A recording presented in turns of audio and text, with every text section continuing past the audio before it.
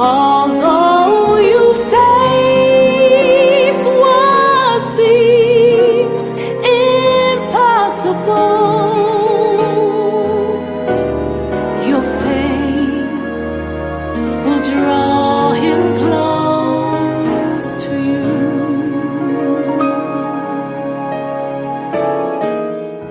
Enemies seen and unseen,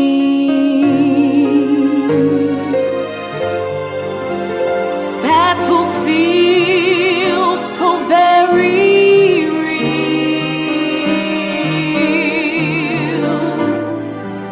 Just claim your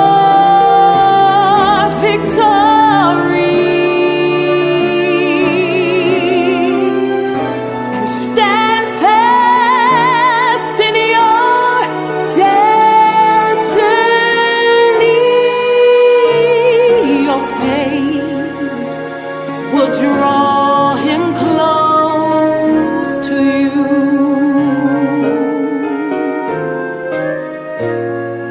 He is here. He is near. I can feel him in the atmosphere.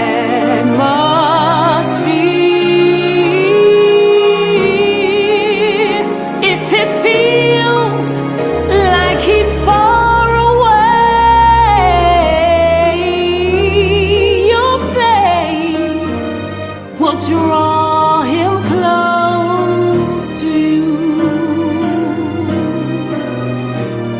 Your faith will draw him close to you.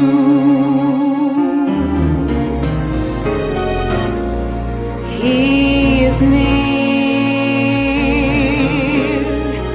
He is here. I can feel him in this atmosphere.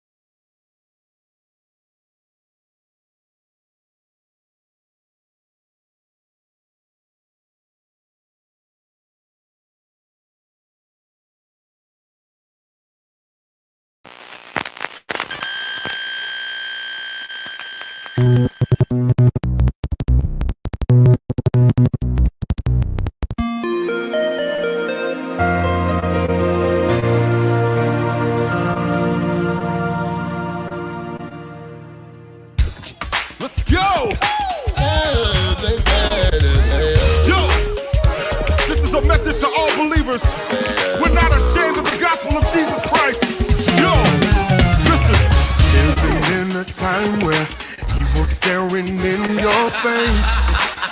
Yeah. Problem situations, tragedies are commonplace. Persecution running rampant, it makes you wanna lose your faith. Yeah. But please don't be discouraged. Just remember he's the way. Yeah. Let your light shine.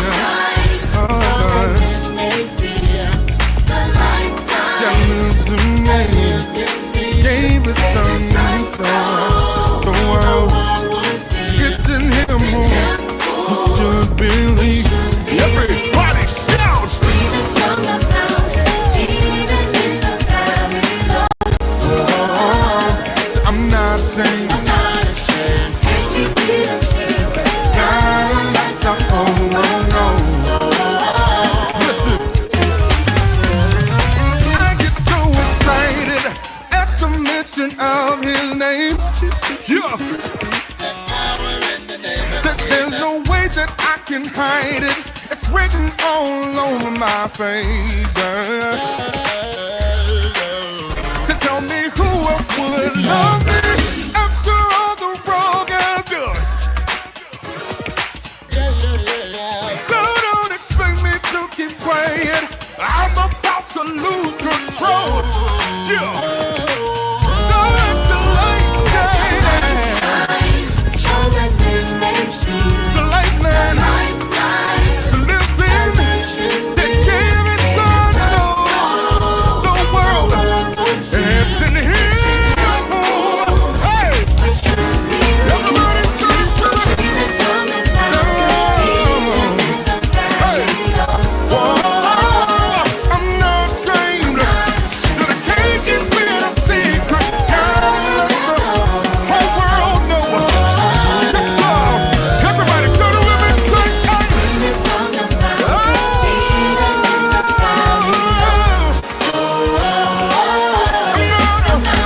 So the can't keep it a secret. Gotta let the whole world know. Hey. Said I gotta tell it. Say tell it. Said he's the King of kings and the Lord of lords. Say tell it. Say tell it. Prince of peace. Father of everything. Said no more weeping, no more crying. Said he gave me the victory. I'll tell the world. This joy I have, the world didn't give it. This joy I have, so the world can't take it away. Say tell it. Say tell it. If God has been good to you, you gotta lift your hands. You gotta lift your voice. Tell the world how he brought you through. Say that I'm not ashamed. Jump, jump, jump up, we get down. Jump, jump, jump, jump, jump up, we get down. Yeah. Tell somebody, tell everybody, we're not ashamed. Yeah.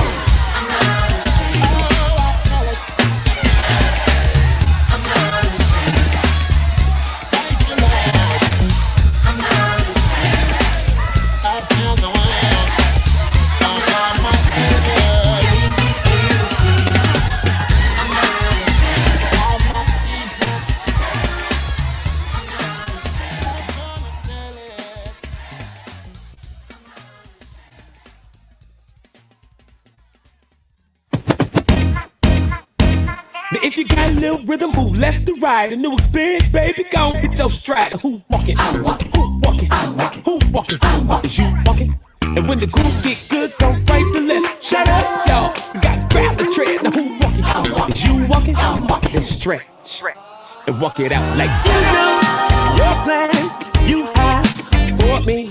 There's no evil. It's all good things. Lord, I love you. So I will trust you. Here I let my fear die. That's why I'm walking. I'm walking. With my eyes can get it right. Faith will be my guide.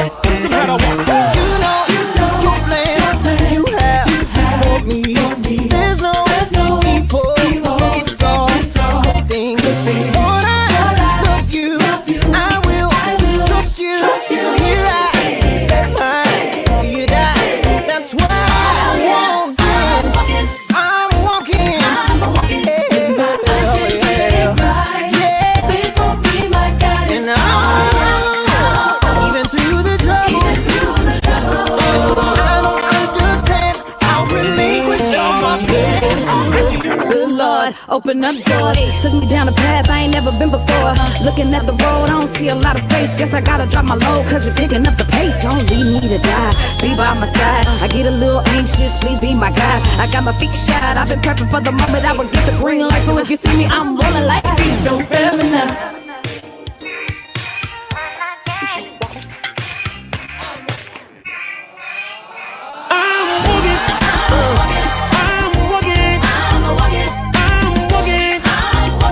Like I am by faith. Oh Lord, I'm walking. Anybody else going? Yeah, say I am. I'm walking. When my eyes can't see it right, will be my guide. Oh yeah, I'll follow. I'll follow. When I don't understand, I surrender to your plan for me.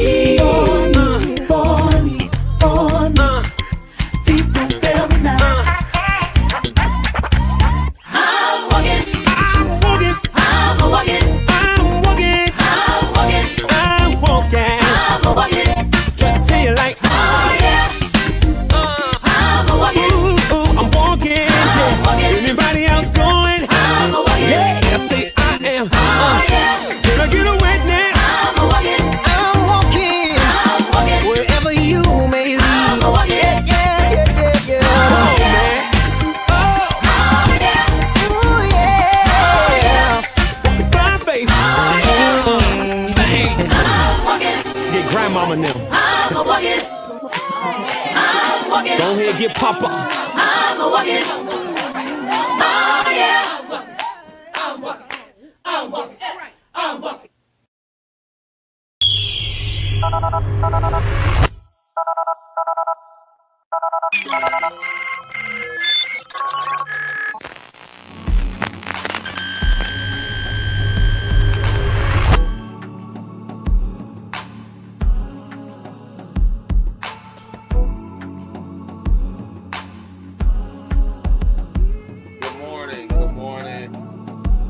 There we go. Good morning. Y'all, I'm in a little bit of a little discombobulated. We got up early this morning, set the whole show up, did all that stuff, and then as soon as I started the live cast, power went out. So lost all the setup, lost everything. So we just gonna be winging it today. I could have slept, man. I could have slept for another 45 minutes. Like, if I'd known that was gonna happen, like I could just slept for 45 minutes. My God. So, all right, here we are. I wasn't feeling the best as it was, but here we are. FriYay, April the 4th. It's 7:40. We usually get started at 7:30 and stuff is rolling. And we were rolling. We were doing all that. But then you had a big, long, blank space that happened in there. So people logged on with us. You just went away and everything stopped. That was why. It looked like it was discombobulated. That was why. Yeah, power just went out and I had to I had to jump in, I had to get on my cell phone and try to figure something out. Oh my God, so I'm a little discombobulated. I'm just a little bit discombobulated. But good morning to you. Good morning to you. It is FriYay, April 4th, although I didn't have a very yay moment just now. But it's FriYay, April the 4th, 2025. You're locked in with Zeke live in the morning. This is a great way to start your day. Y'all pray for me because, man, I literally, I don't know if y'all noticed or not, so let me see if I can turn my phone on. Let me try something out. Give me 1 second. I'm going to try something out. So, in the setup, we got to set the whole show. You know, it's a whole thing. So, I'm going to turn my screen on here. Hold on 1 second. If I get in the studio, I'm going to try to show y'all what this is. All right, there we go. Okay, there we go. All right. So, let's see it. All right. So we're not getting two. All right. So inside of my studio, you're getting the Zeke live look. Let's see if I can turn my camera around. All right. When I figure out how to turn my camera around, all of this. Let's see. All of this right here. This is all set up right here. Right. So on this computer, we're trying to do all this stuff, man. On the computer, we're trying to do all this stuff to get the stuff all set up. I don't know how to turn this camera around on the phone. all that awkwardness. But we gotta do all this set up. Like we gotta put like the scenes, all the clips that we show, all that stuff like that. We're putting all that on there. It takes about 20 to 30 minutes now that we kind of got our system. We know what we're looking for, all of that stuff. So it takes us about 20 to 30 minutes to get it set up. We did all of that. Power went out after we pressed the lock. Now here's the thing. After you set it up, when the power goes out and you turn your computer off or something, then you have to reset it up every single day. I've probably heard me say that a number of times. So the power going out wasted 30 minutes of my life. Like, so I could have slept another 45. But nonetheless, it happens. That's where we are. And guess what? We still made it on. And I think that should be an encouraging word to somebody right now. Life will throw stuff at you. Y'all live long enough to know it, man. Life will throw stuff at you, and you don't know how to conquer it. You don't know how to deal with it. You don't know where it came from. You don't know what to do.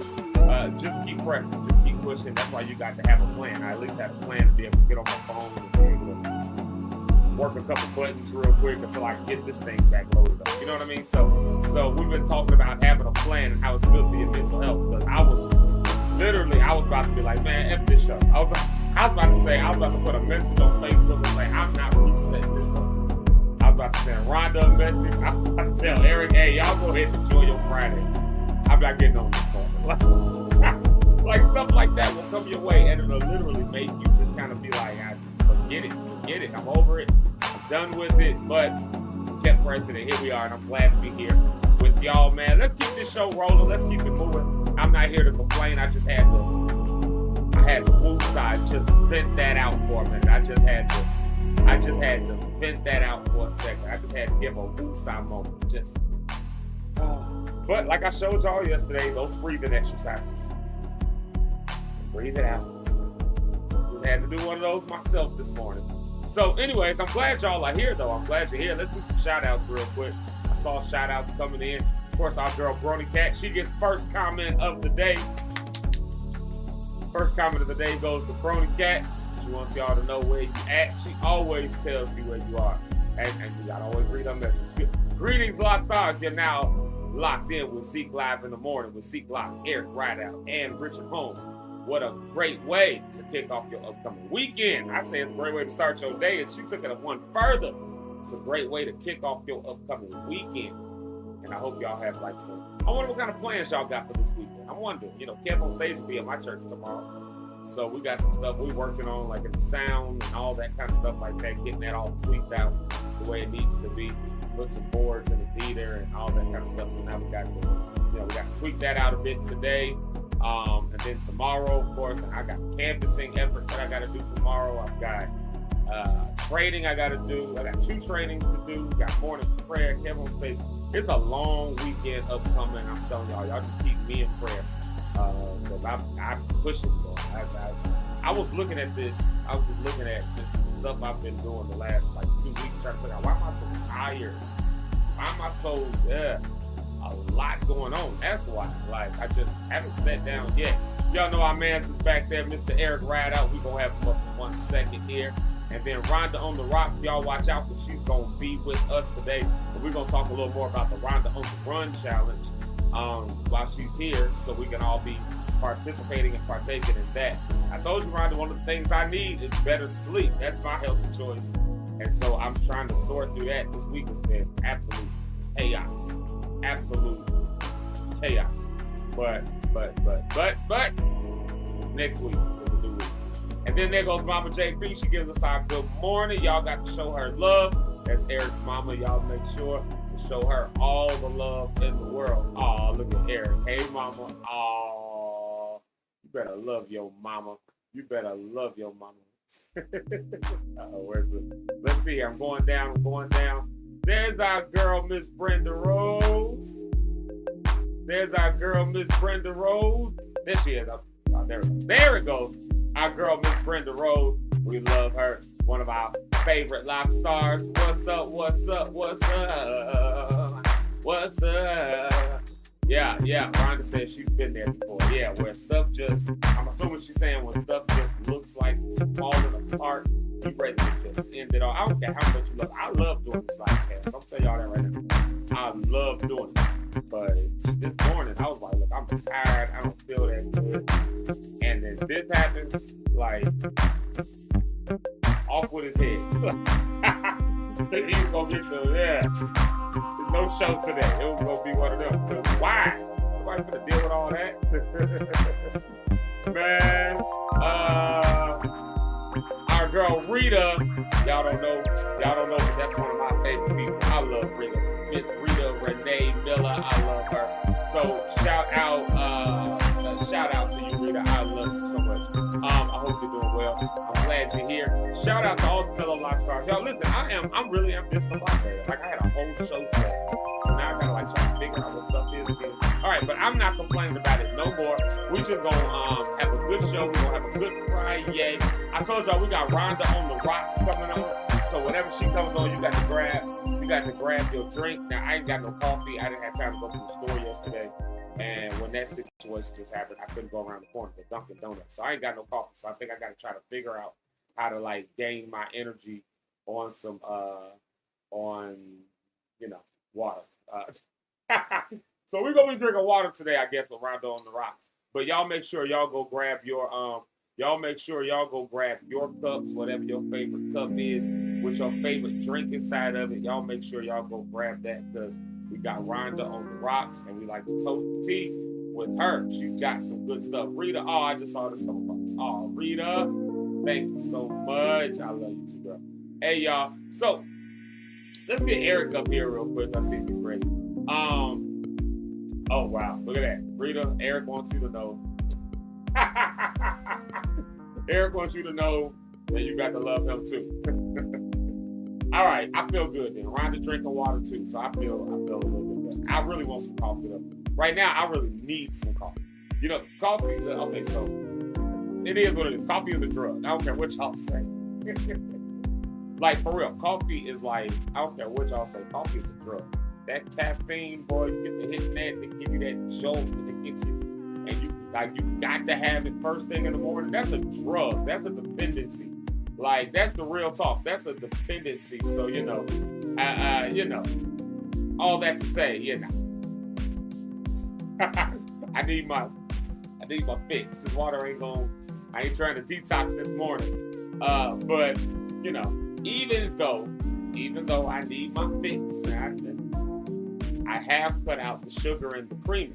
Like I've been saying. So I drink my coffee black. That's the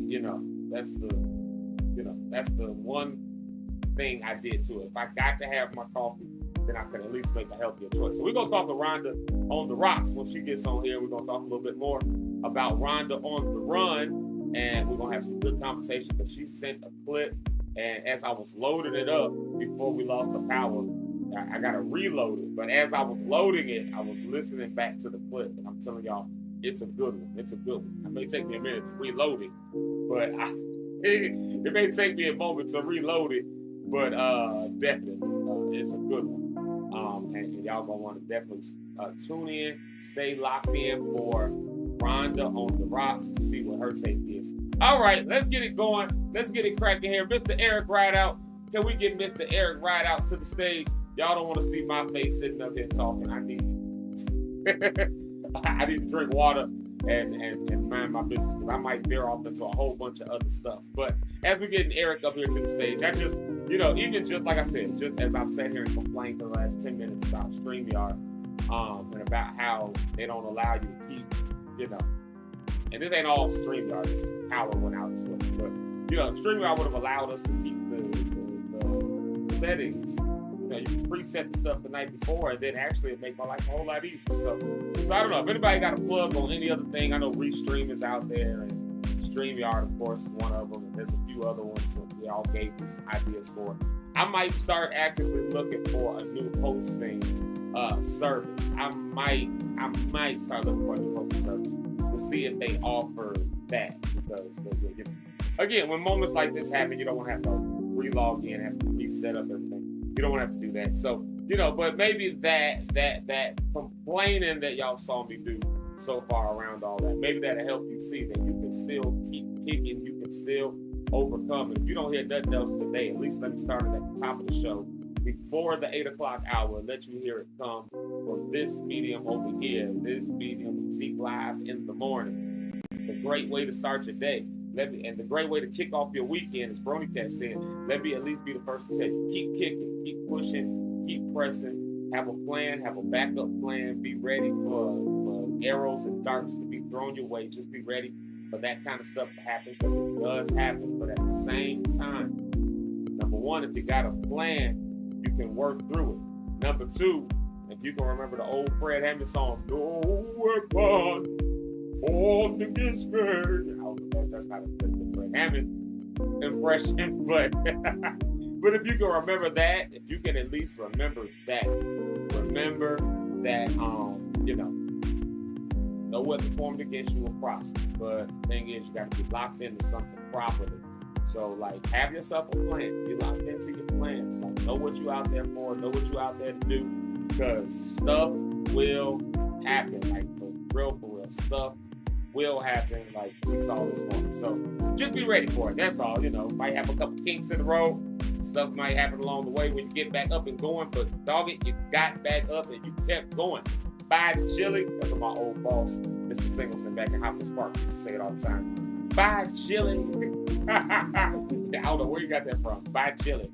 But bye, Chili. I'm telling you, if you got a plan, you got something that you're working out, you got a real passion for it. Forget the darts, forget the arrows. Don't give up. I was on the brink of it today. I was on the brink of, look, I done gave these people a morning show every day for the past month. I owe myself a break. I literally thought it that way, this morning, because I was like, I think I'm burning out, but I wasn't. I was just crashing out because the issue came up, and I was already tired, not feeling well. So the one little issue came up that almost threw me off my game. Here's what made it helpful. There was a bit of a plan in place. I could get on my phone, and it was already loaded up on my phone, so I could at least log in and try to get people to know, hey, the live cast is still going. Let's get power just came back on. Let me try to work through that. We can at least do that. See, there was always a plan, so y'all have to make sure that there's a plan. All right, E, you here? Let's see here. All right, let's get him to the stage. Mr. Eric, right up. We got to bring him up properly. We got to bring him up, right? Eric, I'm going to have to reload our scene that has you on. So give me 2 seconds to reload that, but let's get you up the right way. There we go. All right, let's see. Yep, gotta have him back. There he is. Yeah, I'm here this morning. Hey, welcome back. This is great, man. What is that? Frappuccino? Starbucks, the vanilla, Frappuccino. Oh, see, I don't know how you. I go buy them and just put them in. I can't do cold coffee. You can't? Nah, I can't stand cold coffee. I love hot coffee. It could be summertime. Man. Give me that hot coffee. Yeah, I can't. I hate being hot. So, and good morning to everybody as well. My fault. Didn't mean not to say that. Man, it was rough. Yeah, dude. So you was on here. You're like, what? I was setting all that stuff up. I connected and got right back in the bed. I got up and went in my back room. I have another room in my home because, like Monday, I'll have another screen set up so I can turn it and show everybody.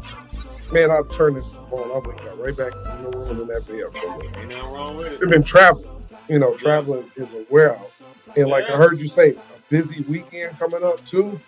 Yeah, man, I got so much to do for the tour that's coming up. So I got to do tour work all weekend. And the show's coming up. Oh, yeah. You know how he is. Yeah. You know who I'm talking about. So, you get that 3 a.m. text. This is what you need to do. Like, man, I can't wait till tomorrow morning. But so I'm working on that. But hello to everybody that's in there, in the chat and all this kind of stuff. I feel like Zeke discombobulated today. Yeah, I'm just like throwing up. Like I was. My brain's everywhere. Good. Look, I was. Oh yeah, I saw you working on it. Yeah, that's what I'm saying. I was set. The whole show was set up. It was good. Like we got a little system now, so I'm able to. Like you said, you logged it on, so I could set your scene. Set my scene and do all that. I had Rhonda stuff all loaded up. I had all the tracks loaded up for the show. The music we was gonna play. I loaded all that stuff up. I hit go live. I went in the room to put my sweatshirt and my hat on. And then like the song, like I could hear the song that I was playing. It was my cousin Tony's song, right? So I could hear it playing. So I knew I had time before we get the intro video going. And then I just heard everything stop, but I was like, "What just happened?" Like power was off. No. So by that time, of course, now I'm trying to get on the phone and load up the thing and jump in. And, just try to figure out how to kind of arrange it from there until the power came back on. Well, welcome to the world of technology. Right? Yeah, it happens. You need it, but it's tough. Yeah. Man, I got up like you just said. I got up this morning. I'm like, man, you know, it's rough. My thoughts are still doing like this. It's taking too long for stuff to connect. Yeah. But Rita, I can't connect with you, so you don't ever come on here and not say you love me. Ever. I saw that. I'm trying to have a good morning. Well, I speak that your crops wither. That Rita is a good person. I always tell Rita, if she's got the kid, I tell her she's one of my favorite people. Yeah. Rita's cool. Rita was the ones that she with you. Like, you know, she loves you. If she's not, she's not. Yeah, if she support. Like, she was one of the ones that I called up to travel with me back in 2022 when the year was the whole and she's year a good singer, too. Yeah, absolutely. Don't let that get to your hair, Rita. Yeah. I will support you 1 minute and not the next. So I'm fickle. So don't let that get you hyped up. Which I heard you got a busy weekend, Kevin, since your church. Yeah, Kevin on stage will be on the stage at APC Morgan Park tomorrow. Who else you got coming in? Oh, well. That I don't know that part. Really, I'm going so I can check out, make sure the system is working the way it needs to, just see if there's anything like don't like all that kind of stuff. So we put like a new board, a board that was already in there. We had to reconnect. Right. Gone over a year in the theater, and then reset up the one in the chapel as well. So like now we're going through all the things, tweaking the system, and all that stuff. Yeah, the worst is where were we at? I don't know if that was New Experience, BRL, or somewhere I went with somebody, and the church put in a new sound system that day. Oh, so or the concert. Yeah, nah. Maybe an hour before we got there, so it was ringing and all that kind of foolishness. But man, it's tough. It's been. We did that before with New X. Remember we were doing the showcase. We did that showcase before we started the negotiations. Brian came. Right. And the board went out at the church. This might have happened somewhere else too, but I know the board went out at the church. We had to buy a new board. Right. And like that day, Ricky came in and put it in. So we were trying to like get that set and get it set to the and it was an analog board. I was like, it's an analog board in a digital age. Like, but nonetheless, and so then we had to put the sound in through it and all that. We was trying to get started on time. Like that was for the show. That was for Ty Scott, wasn't it? That was that showcase we did. Yeah, for Ty Scott, we did like an open rehearsal. Had a small group of people came in, some radio personalities came in. We tried out some music just to show. Shout out Norris. Yeah, Norris was there. That's right. Yeah. Norris, and there was some other ones there. We had a few people there. Promoters were there, like I think we only had like maybe 25 folks. Like, because it was still COVID. Yeah, it was still COVID. So we couldn't have all those people there. It was a COVID situation, but those that came were people that needed to be in a room. Yeah. And tested out the music. So man, it's been like I said, the day has been that morning. Yeah. I'm trying to. And I looked at my schedule today because I keep it all on here. And I got up and looked and said, I got all of this stuff. As you know how this stuff goes. We got dates coming up. Fred got a bunch of dates coming up. Mm-hmm. Then the tour is coming up. Summer dates and the end of the year. Then Anthem Night Music got stuff. I know we about to have stuff with you, and Zeke in the Morning about to do stuff. It's a lot coming up in the next few weeks. You know, they gotta be finished, man. I'm sitting here looking at some of this stuff, like, boy, it people think it's easy. Yeah. And it's not. This stuff is hard. Then, somebody said on a tour coming up we doing, and we do, I think it's like 40 dates or something. And then somebody said, hey, I want an RFC. We're going to do an RFC chapter in every state. I'm like, okay. Yeah, let's put that together now. So I'm like, oh my God, how many people? So, is that work going? And so those of you, in different cities that can sing, send me a DM, because you might be in one of them cities we're coming to. He said slide in his DM. Slide in the DM. Now, any fellas that slide in there, you get straight to the point. This is what I'm in here for. None extra. Something I don't like on social media What's that? from guys. And no offense to any fellas that do this. I never put hearts on men things on social media. Really? I do it all the time. What I mean is, if they're sharing a clip of something, like you music, talking about things like that, yeah. but if they put up a picture or something of them You and talking put about a heart in there, yeah, that's a heart. problem. Yeah, I block people for that. Really? I don't like it. No Don't love. put hearts in my stuff. Let me tell you, something happened the other day, and I was on a live the other night. And man, I was tired. I went and got in the bed. I'm laying in the bed, and a friend said, "Hey man, we gonna jump on the Zoom real quick." So I'm in the bed. So I said, "Let me get up and throw on a shirt and some stuff, in case I have to sit up and do this live." Yeah. He didn't know that. Him and other fellas on the live didn't know that. So my screen turns on. The phone is up the top. He said, "Hey man, you better not let that phone fall down on you at all. We don't want to see nothing." I said, "Hey man." So I got up. Said, "I'm dressed, bro." I got up. So I'm not gonna lay and do no Zoom talking to a bunch of fellas laying in bed. That's not cool at all. But the thing was, to hear it was like 4 or 5 of us on there, but the fellas were on there. It reminded me of some stuff we do.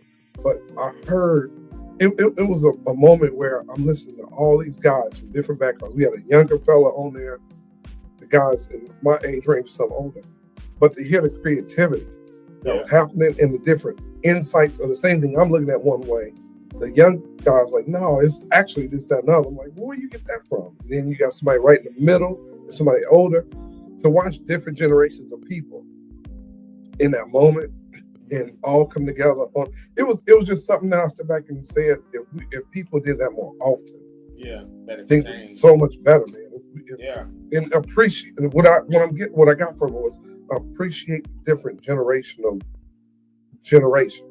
that on that call. We have 3 generations on that one call, but we all had a common goal, and it was just watching the different ways to get there, the different ways everybody perceives stuff. You know what I mean? Like this generation saw it this way, this one saw it this way, that was in mine. The one under me said, "Well, this is how I see it." We saw the same thing, but the way to get there was different. Yeah. And that's the thing, man. I think people, when you're a part of something bigger than yourself, how to it's a respect. I just learned at that moment how I'm going to do things moving forward, even with some of the conference calls I have today. It's not always my perspective that's right, even though I may know what I'm talking about. Just like you I can't tell you how to play the keys. I can't tell you how to teach somebody numbers, but I could be a person who sees something that says, "Hey, can you do it this way?" And you may say, "I never thought about that. Let me try that." I'm opening up the way I do stuff. In other words, how I do stuff. You're a professional in your field. I'm one in my field. But there's always somebody who may not be a professional, but just have a different insight that you may not have looked at. And man, that stuck with me all last night, all yesterday. I was thinking, man, maybe this is a way, because we can get boxed in and clotheslined. And even though we may think we're ahead of the times and stuff, I know this. I could have missed that one social media post that, "Hey, this is a new way of doing this." So I could have missed that one conversation on TV that said things are going. You know what I mean? Yeah. It's like listening to other people. So man, I enjoy talking to those fellas, like learning. But I said all that to say, man, this is busy coming up. Yeah. It's real busy coming up for all of us. You just hit on something about exchanging ideas, between generations and stuff like that. I think that. So, oh man, these clips. Okay, maybe I might have to resend it. Actually, I had a clip, and I think I'm gonna play it today. Let me see if I can find it on here. And as you do that, send it, because it was actually a really, really, really, really good one from what's the boy's name? not Carlton Banks. The music thing he did? Yes. Did you see that? Yeah, and he said, well, I don't want to say it before you play it, but I saw it. And I got where he was going. I get it. Yeah, it makes sense what he was saying. I'm bad. Sorry. And this then, this morning, I got to resend stuff. I done deleted it from there, and I got to put it back on here. Let's see. If I break up a little bit, it's just because my computer is trying to. Oh, I see you getting pixelated just a little bit. Yeah. But the thing was, I got where he was coming from, and then I saw a rebuttal that said, well, those people are the ones those legends are the ones that got it there, but it's still got to be a transferring of the guard eventually. And I think I agree with him. Gospel music it's so many talented people that never get the opportunity to be heard. It's so many talented people that will never get a stellar, never get a double award, because it circulates to the same people you already know who's nominated. I don't even have to go to the Stellars to know who's going to win. You know, I already know who's going every year. You already know who's going, and you already know who's nominated. And to me, all right, I get it. I'm not against appreciation of a person's art or them being rewarded. But man, if I got 50 Stellar Awards, how many more can I get? You know, what is still the value in it? And now I know the value is, don't let me say that. The value is to know that people think this way of your ministry. I get that. Yeah. But if you remember something Kirk did one year, you were there when Kirk did it, weren't you? When he gave his award to, was it to Ty Tribbett he gave it to? Were you there when he did that? Somebody. I wasn't there, but I remember when it happened. I was just thinking about this the other day. Was it Donald that did it? That was Donald. He won Best Gospel Album in 2007 for the Tri-City Finale. Right. All right. I mean, it was a good contender for the win. But even he was like, no, Ty Tribbett just bodied on his Victory Live. And so he brought him up for Victory and gave him his award. And he gave him his award because he was like, no, y'all deserve that award. Y'all just changed the gospel industry. But see, that's big of Donald, too. Yeah. Donald Lawrence Donald's a good guy anyway. You know, but for him to look back and look over and say, hey man, thank y'all fans and the radio community and everybody, but this guy working over here. Yeah. I've got all the accolades and stuff. He has some too, but here, I'm going to add one more to him. That was respectable. Yeah. That was respectable. And he recognized his impact. Like, you know what I mean? Yeah. It wasn't just even like he worked. It was like, this is like, he just left a lasting impact on the gospel music industry. Yeah. So he deserves this award. So I'm gonna give him mine. Like we always say though. You have a few people that I feel, and we've said this on here before. Before there was a Tone and Kirk Franklin, there was Dietrich. Mm-hmm. You know, he's always been that guy. And it's funny, he's getting now, but all these years later, he told me the other week, man, eventually I'm gonna go on and pass the baton now. But I got a lot of music in me, I'm gonna keep going. But at the same time, something he said, I saw online, he had a conversation. Somebody said, out of all the artists that have really, he's one of the best vocalists, the dude's creative, and all of this. It's taken this many years for people to start noticing, oh, look over there at him. Now he's that guy that's doing they're booking him for the arenas and the tours, but look how long he's been doing it. Yeah. But it's because people couldn't see past those other people. Even though he came out before some of those people, like we said, like Carlton said, it's those same people. And then there's so much young talent that's coming out that you can go on. I can go on the internet right now and hit gospel music. Yeah, it could be a ton of things that pop up. Great people. Sounds awesome. And even Afro gospel, everything. Yeah. Go ahead. I love Afro gospel. But I was going to say, even with all of that amazing talent, for some reason, the trash is the stuff. Oh, man. That blows up. I'm about to sound like I'll say it for you because I know you're an artist. Trash blows up. But it'd be some trash stuff. Y'all know this when y'all listen to the radio, y'all be on certain stations and stuff, and it'd be like unmixed, not production, just repeating the same old tropes, just sound like 10 other songs. It's a song I'm gonna send you. This is a song I'm gonna send you that got somebody well-known artist on it. That's the only reason it's getting radio play. But the lead on this song And the song is so corny to me. It's just like the guy that's starting off the league, he's terrible. Then you got the known artist who's making that record. That's the only reason. But that thing gets radio play on, what is it? Sirius Radio. They play this song at least 10 or 11 times a day. Yeah, and I'm like, you know, you wait to hear that next person's verse. Like, okay, then you're doing this. Even with the corny background, because of who that person is, it, you know, it changes that song for a moment. Then another person back, it drops back down to the basement. But see, and I will share that song. Good stuff. There's so much good stuff out there too. That's the thing. So much good stuff. You know what? So much good stuff to push it off. You this gave me an idea too, and I know people are doing these, but they're still featuring the well-known. I thought about, like, back in the day we used to do BRL awards and all the Touch Generation awards. How we did the same thing to an extent. We still honored those people because that's what we're used to doing. I had an idea the other day. I said, I know what I'm gonna do. I'm gonna do another award show like that. This will be all those independent people in that new generation of talent, and give them the same kind of thing. Because, you know, I'm not knocking those people because I did it. You know, we did that.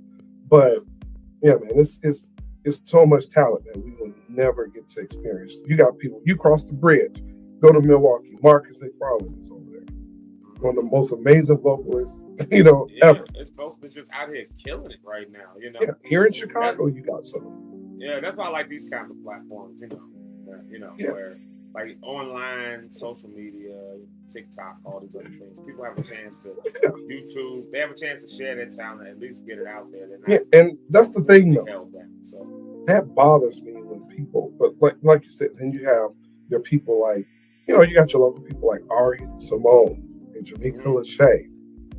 Then you got your average people like Jeremy Keys and all these other people. No, I'm just kidding, Jeremy. I'm just kidding. But you have some good talent out here, man. It's I sit sometimes online, and that's why I like what Travis Malloy segue right before you get into that, because it's a good time for me to mention this. That's why I like what Travis Malloy is doing and Kim Burrell. Yeah. And what they're doing is they're going city to city, free event, and they're saying, hey, bring all the good singers in your city. Or if you're not, come with us. We will vibe together, we'll record it. And they're picking talent out of these cities and giving them other opportunities moving forward. And it's going everywhere. It'll be in Chicago May 7th. Chicago immediately sold out. There's no room. Every city, the minute he goes live, and then certain cities get special features. Like Kim is on every date. They went to one city, Leandria was a special guest. They go into one city, Fred is the guest. You go to another city, I don't want to say everybody, but he got certain people that's, you know what I mean? But it's a platform where you say, Eric, I just felt like, bro, just sharing it. But now it's got the attention of those powers that be, like the Live Nations and stuff like that, who's like, hey, we can take this out 2026 and make it big. You know, like How Sweet the Sound kind of situation. Yeah. But this ain't no How Sweet the Sound. This is just him showing up with a band. He picks a local keyboard player who's like Jeff is doing Chicago. His guys. He gets somebody local that's killing. You put together the band. Travis Malloy is a producer, Grammy-nominated producer, young guy. Google search him. His name is Travis Malloy. Works with a lot of different people. Yeah, and it's just producer, singer, so he's an artist as well. The artist as well. Produces a lot of stuff, a lot of vocal production. He gets a clothing company. You've probably seen that around. Oh, millions. Yeah, millions, billions, trillions. If you've ever seen anybody wearing a sweatshirt or t-shirt, and everybody millions, billions, trillions. That's his brand. Yeah. And he just started because just to do it, and it blew up to R&B celebrities and gospel wearing them. But I brought him up to say that's the kind of thing that, like we were saying, it's giving platforms to those that don't get the voice. Him and Kim Burrell using their notoriety, and then they're saying, hey, we're going to pull in like Dallas. I can't say who it is, but you know who it is, Live in Dallas. Yeah. He's a part of that show. And it's just giving a platform to all these talented people, and then they're featuring them. Hey, or Mike Towson. But the thing has gotten, some people have gotten literal gigs off doing this. Yeah. So, man, it's ways to do it. It's just, you would figure with the social media age and where we live, man, that some people be way further ahead. Mm-hmm. But it's something when you see some of those legends in the music game still struggling to get their footing. Yeah. And It's tough. figure this out. Oh, speaking of, somebody said to tell you what's up the other day. Uncle Donnie was in town the other night. Oh, seriously? He was in town. He was downtown Chicago. I said, hey, man, you in our city. You ain't saying nothing. I let Zeke know.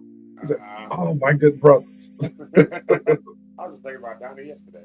He was in town, though. Pastor McClurkin. But, man, you know. What was he doing here? He had to preach. He had to preach at a church. And it's funny, we had another discussion. People online are killing Marvin Sapp, making all these Capital One. Social media is undefeated. The interweb is undefeated. He told me the other night, I said, man, he said, yeah, bro, I'm in hell right now. They're killing me. These things. But the same way, but social media, again, getting back to social media and new artists, it works for them. But it's still, it works, but there's still something missing that they're still not getting the look. And I don't know if it's the Kirk or Ty or none of those guys. They're not getting the, you know what I mean? It's like, there's like only a certain amount can get through. Yeah. And they have that, it's like this. We have a very specific genre that has a very specific subject matter, and that subject matter doesn't resonate with everybody. It's specific, and it's not even that it don't resonate with everybody. It's just that you don't want to hear it all the time. Like, I mean, I love the Lord. He heard my cry and hid in my every groan. Don't get me wrong. I love the Lord, but there are lots of moments where I just don't want to hear the Lord's music. Like I want to, like when I'm. You know what I'm saying? Like, I got a ring on. There's times when I don't want to hear the Lord's music. There's times when, oh, look at that. Speaking of which, she brought me a large hot coffee from Dunkin' Donuts because I'm over here struggling, y'all. How's she feeling today? Struggling. She's feeling all right. She went around the corner and got me some Dunkin' Donuts. Even see that's a good wife there. That's a good wife. Who not feeling well, still get up. My husband got up, choking to death. Because she know I was in here because I was mad. I was like, the power went out. Oh my God. I was about to give me some coffee, man. I'm so mad. And start flipping stuff around. Yeah, man. Yeah. So she brought me some coffee. Hello, Valerie Isaac. Yeah. What's up? Valerie's a singer too. Oh, shout out to Valerie. Yeah. Yeah, she's a singer out there. Hey. And she's one of them that supposed to become the trap singer. She's probably not going to show. But anyway. And Mama's over on Instagram. I wasn't even sure if we were still on Instagram because the computer. Yeah, it's still on. I just assumed we weren't on Instagram. I just saw it popping up still across my screen. So I guess it. In my fault. See, I know you was about to play your videos. We got the whole thing. Huh? Did you? I know you were about to play that video. My fault. We got the whole tangent on stuff. That's all right. Hold on. Let's play that though. Let's let the people see it though, because we did just do a lot of talking about that, and I want folks to know we love all of our. We love all our folks. We work with them. We work alongside them. They've mentored us. We're just saying there's something in the matrix that got to get fixed. Like when it comes to gospel music, because it is what it is. It's a small genre. That's the first start off, but it's got a lot of people. It's very oversaturated, which means that the ones that you love and trust are going to be your go-tos every time. It's just kind of the way it happens. And they shouldn't have to sit down either. I'm not a fan of telling folks that they got to sit down. Not at all. But let me play this clip. But right before you play it, something else that's worse though? You would think it's got better now, but something we had a little history lesson that Israel and Rhonda taught us is that back in the day, in the 80s and 90s, radio was big, right? Yeah. But gospel music, you had to get in the top 10%. Yeah. To get that radio play that notoriety. Yeah. And everybody was fighting for that little spot. Yeah. To get radio. And you would expect now in 2025, we figured it out. And it's even worse now than it was back then. Yeah. That's crazy. But go ahead. But you think about it, you can only listen to one song at a time, right? Every person, many people say, they can only each listen individually to one song at a time. And if you're in collective groups, you can only play one song to all those people at a time. So the way I think about it is, as the music industry expands, like 25 years ago, like the bulk of people weren't listening to Afro vibes. There was small segments of people who were listening to Afro vibes. They were like dancers and Afrocentric folks, and they were listening to a lot of that stuff, but it wasn't like doing platinum numbers in America. Now, Afro vibe stuff is like super common, like, you know what I mean? But you know, a lot of those African artists that just expanded the musical scale. And now I just got mad. And you music streaming sites, when you letting people vibe to stuff like Afro beats and all that, don't have that music going and then the next song come up be like it happened in Dallas. You sit down, everybody chilling in music and get that was Richard's playlist. That was Richard, but it's true though, because Richard had like, so we was listening to this dope, just vibe, like we was real like inspired. We coming up with ideas. We sitting around. I get up to get me some water. I got up to go to the sink to get some water, and then the song just came on. Ricky Dillard, right on the horns. I was like, man, it's just killed. But even the tonality of it, the way it's EQ, it just. I'm talking about it just came through like a knife and just killed the And no offense to Ricky Dillard. We're not saying Ricky was a vibe killer.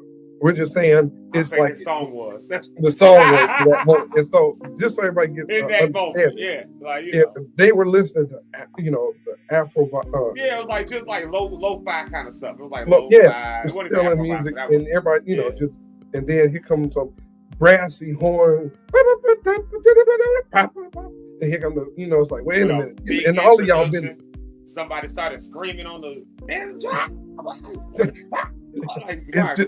Just and you all know what I'm talking about. Just like you ought to be trying to hang out with your girlfriend or your guy, and y'all trying to be all romantic, and then the YouTube commercial come on. It was that kind of feeling. Just so y'all know if you ain't gonna play this. But go ahead, Zeke. Let me play this hot take right here, so that what people up, can see what we're talking about. So they can see what we're talking about. It's just gonna be a screen recording though, because like I said, we were this morning, but I think the people have some grace on us. Yeah. I think they got a little bit of grace for us. So let me find the downloads. If not, here's what it is, people. Yeah, right. Here we go. Hey y'all, y'all already know who it is. I'm here to speak on the gospel industry and gospel artists. Why is it not evolving? Huh? It's too many of y'all. We recycling the same gospel artists. We are fed up. You know this other genres bring everybody out? Everybody. I want every gospel artist to stand up. That's why you're in a predicament that you're in right now, because you're competing. And the award shows? Oh, I believe we had too many old people in place. We need some young people and come on. Gospel can be so big, but we lack evolution and creativity. I think the problem is that gospel likes to be nostalgic. Like they just want to keep surfacing old stuff. Come on. We're not going to go anywhere if we keep doing that. Bring back music videos. Yeah, give us some visuals. You see these hip hop, R&B, visuals. I'm with them on that. Going on YouTube. Gospel artists just put the song and put it on the radio, and that's it. There's no way the gospel industry should be how it is right now. We are tired. Bum, ba-dum, bum, bum, bum, bum. Number two, these tours. Go on tour by yourself. I feel like every gospel artist is big enough to go on tour by themselves. You ain't got to go. You ain't got to go to the arena. We can come right here. We can go to the storefront. Now I say this with love. Get to work. I don't want to come back up here and have to say this again. Y'all follow me. I'm rooting for y'all. And if y'all let it die, I'm going to be at your door. Hey, y'all. Not Carlton Banks. He has some points in that and I really, really agree with. I can't lie. He got some points I agree with. There's some other points where I'm like, no, I like gospel in arenas. I like going to the arena and being able to see it. And we don't have really any gospel artists who can do that by themselves. That's just really, you know what? I'm gonna have to have him. I'm gonna have to get him to come on here and we have this discussion. Yeah, we can definitely do that. Yeah, and like Aja and how she feels. You know what, Zeke? I think we got an idea. We'll talk about that off this. But back to what he was saying. I agree with what you said. I agree with what he's saying. But I'm still cool with the arenas. And I like it's different though. He said artists. Yeah, if you can be a one artist and do a concert by yourself. You're right, but also at the same time, our people are cheap when it comes to gospel music too. They don't want to pay for nothing. Yeah, a lot of people don't want to pay either. But you know why though? When you think about it though, like, so you take a city like Chicago, a city like Detroit, that gets everything all the time. A random Sunday morning, a city like Atlanta, a city like, there's certain places where on just a regular Sunday you can pop up to some event and somebody's there. Somebody's gonna be there. And look at the city like you said you live in. Yeah. There's gospel artists here. You want to go see, no offense, you want to see Jonathan, you can go to his church that he used to go to. If you're in Detroit, you can go over to Great Emmanuel and see about 5 or 6 of them over there. You know what I mean? It's just a thing of certain cities, like you said, Chicago, Detroit, Atlanta, get so many artists to free stuff. Yeah, it's like now you want me to pay $60 on a ticket to come see something that I just saw last week. You know, like it's just, you know, I just saw him last year. He's doing the same set. I'm not paying $60 because he did that set at my church and I didn't have to pay nothing. I just gave a $5 offer and I was good. That's true. You know what I mean? Like, or That's you know, true. social media is so heavy. We see a lot of these concerts and everybody goes live all the time, so you get to see the concert live before you even go. And you know, and you know this, Eric, we don't do, like, it's not like we got like 15, 20 different sets that we do in a different set in every city. Right. It really don't work that way. Like, we might Even in R&B, it don't work that way. Yeah, like you work on this. You can look. It's like a long time to learn and rehearse music. Like, You look at Michael Jackson's concerts, and it's pretty much the same set he does on every tour. It's the same rundown. Because somebody just, and I see the storefront situation that he mentioned. The problem with that is, I don't think it's a problem. Don't get me wrong. I think you can do it. But the thing is, storefronts have to understand too. You can't be in a storefront and want the same thing you saw on TV. That's production. Yeah. That's here's the a call. other side of it. But here's the other side of it, though. It, like, we talk about that, like John, I saw a comment. Where's it at? Let's see. Yeah, here we go. Gospel money is different from hip hop. Yeah. That's the comment I was looking for. Like, so the money it takes to put a show on. Like, I don't think people really think about this. And one of the things that I said when I get back up musically, as I'm getting back up musically, one of the things that I kind of said I was going to do was not rely so heavily on everything being like done for the low. Like, so if that means that, you know, there are times where you need to ask people just, you know, hey, can you come get this with me? Can you slide and do this with me? But for us, for instance, that was the norm. That was one of the reasons that we ain't, you know, we're being vulnerable. Like, put everybody, y'all get a chance to hear these vulnerable conversations with me and Eric and Rich. We talk about this stuff offline all the time. One of the vulnerabilities we had was that we can't chase $1. So it's hard to sustain because somebody still got to pay for this stuff. You got a band that comes out, and let's say the band costs $200 a head, which really ain't a lot of money for a full hour-long set or something like that. Right. For a 45-minute set, you're paying somebody $200 to do that on a skilled trade, like a musician or whatever, where they can make a whole lot more on a whole lot easier set if they were hooked up with the right artists who would get them like on Lollapalooza and stuff like that. Because them R&B sets, them hip-hop sets, them, it's so simple. Like, you don't have to be that good of a keyboardist. You just got to know how to be on time. But in gospel, you got to have like such a high level of skill. There's all these extra intros, and you don't know when you're going to break into a shouting beat, and you don't know when it's going, and everything got to hit. You getting judged by all the musicians in the audience. You definitely got to go and here. all the singers. Yeah, you got to go to the 4. You got to end on. You got to go there. You know what I'm saying? Like, all of that stuff is happening in gospel music. And so you got to have a really select skill of musician. You can't just hire the rock and roll drummer to come do the gospel set. You need that right. But they cost money. But we ain't even. But then reverse it. Then when you reverse it, they come get, especially the R&B. Look at most of their bands, who they are. Yeah, they come to the church. Because church musicians, you're right, have to know everything. Because they got to know everything. They're the most when they come to but when they come to the church and they come to these gospel shows, the problem is they're not getting the money that they actually could be making. And so, you know, unfortunately, when it comes to a storefront church, here's the problem. That storefront church can't afford what it actually costs to put on what they want. So y'all want the full glory of a, you know, John P. Key. We all want it. I come from a small church world. Like, we all want that. We want the full glory of a John P. Key. Well, John P. Key got the most skilled musicians. He's not giving them $200 a pop. I'm not in nobody's bag or nothing, but I'm telling you, they're not making just $200 a pop on the show.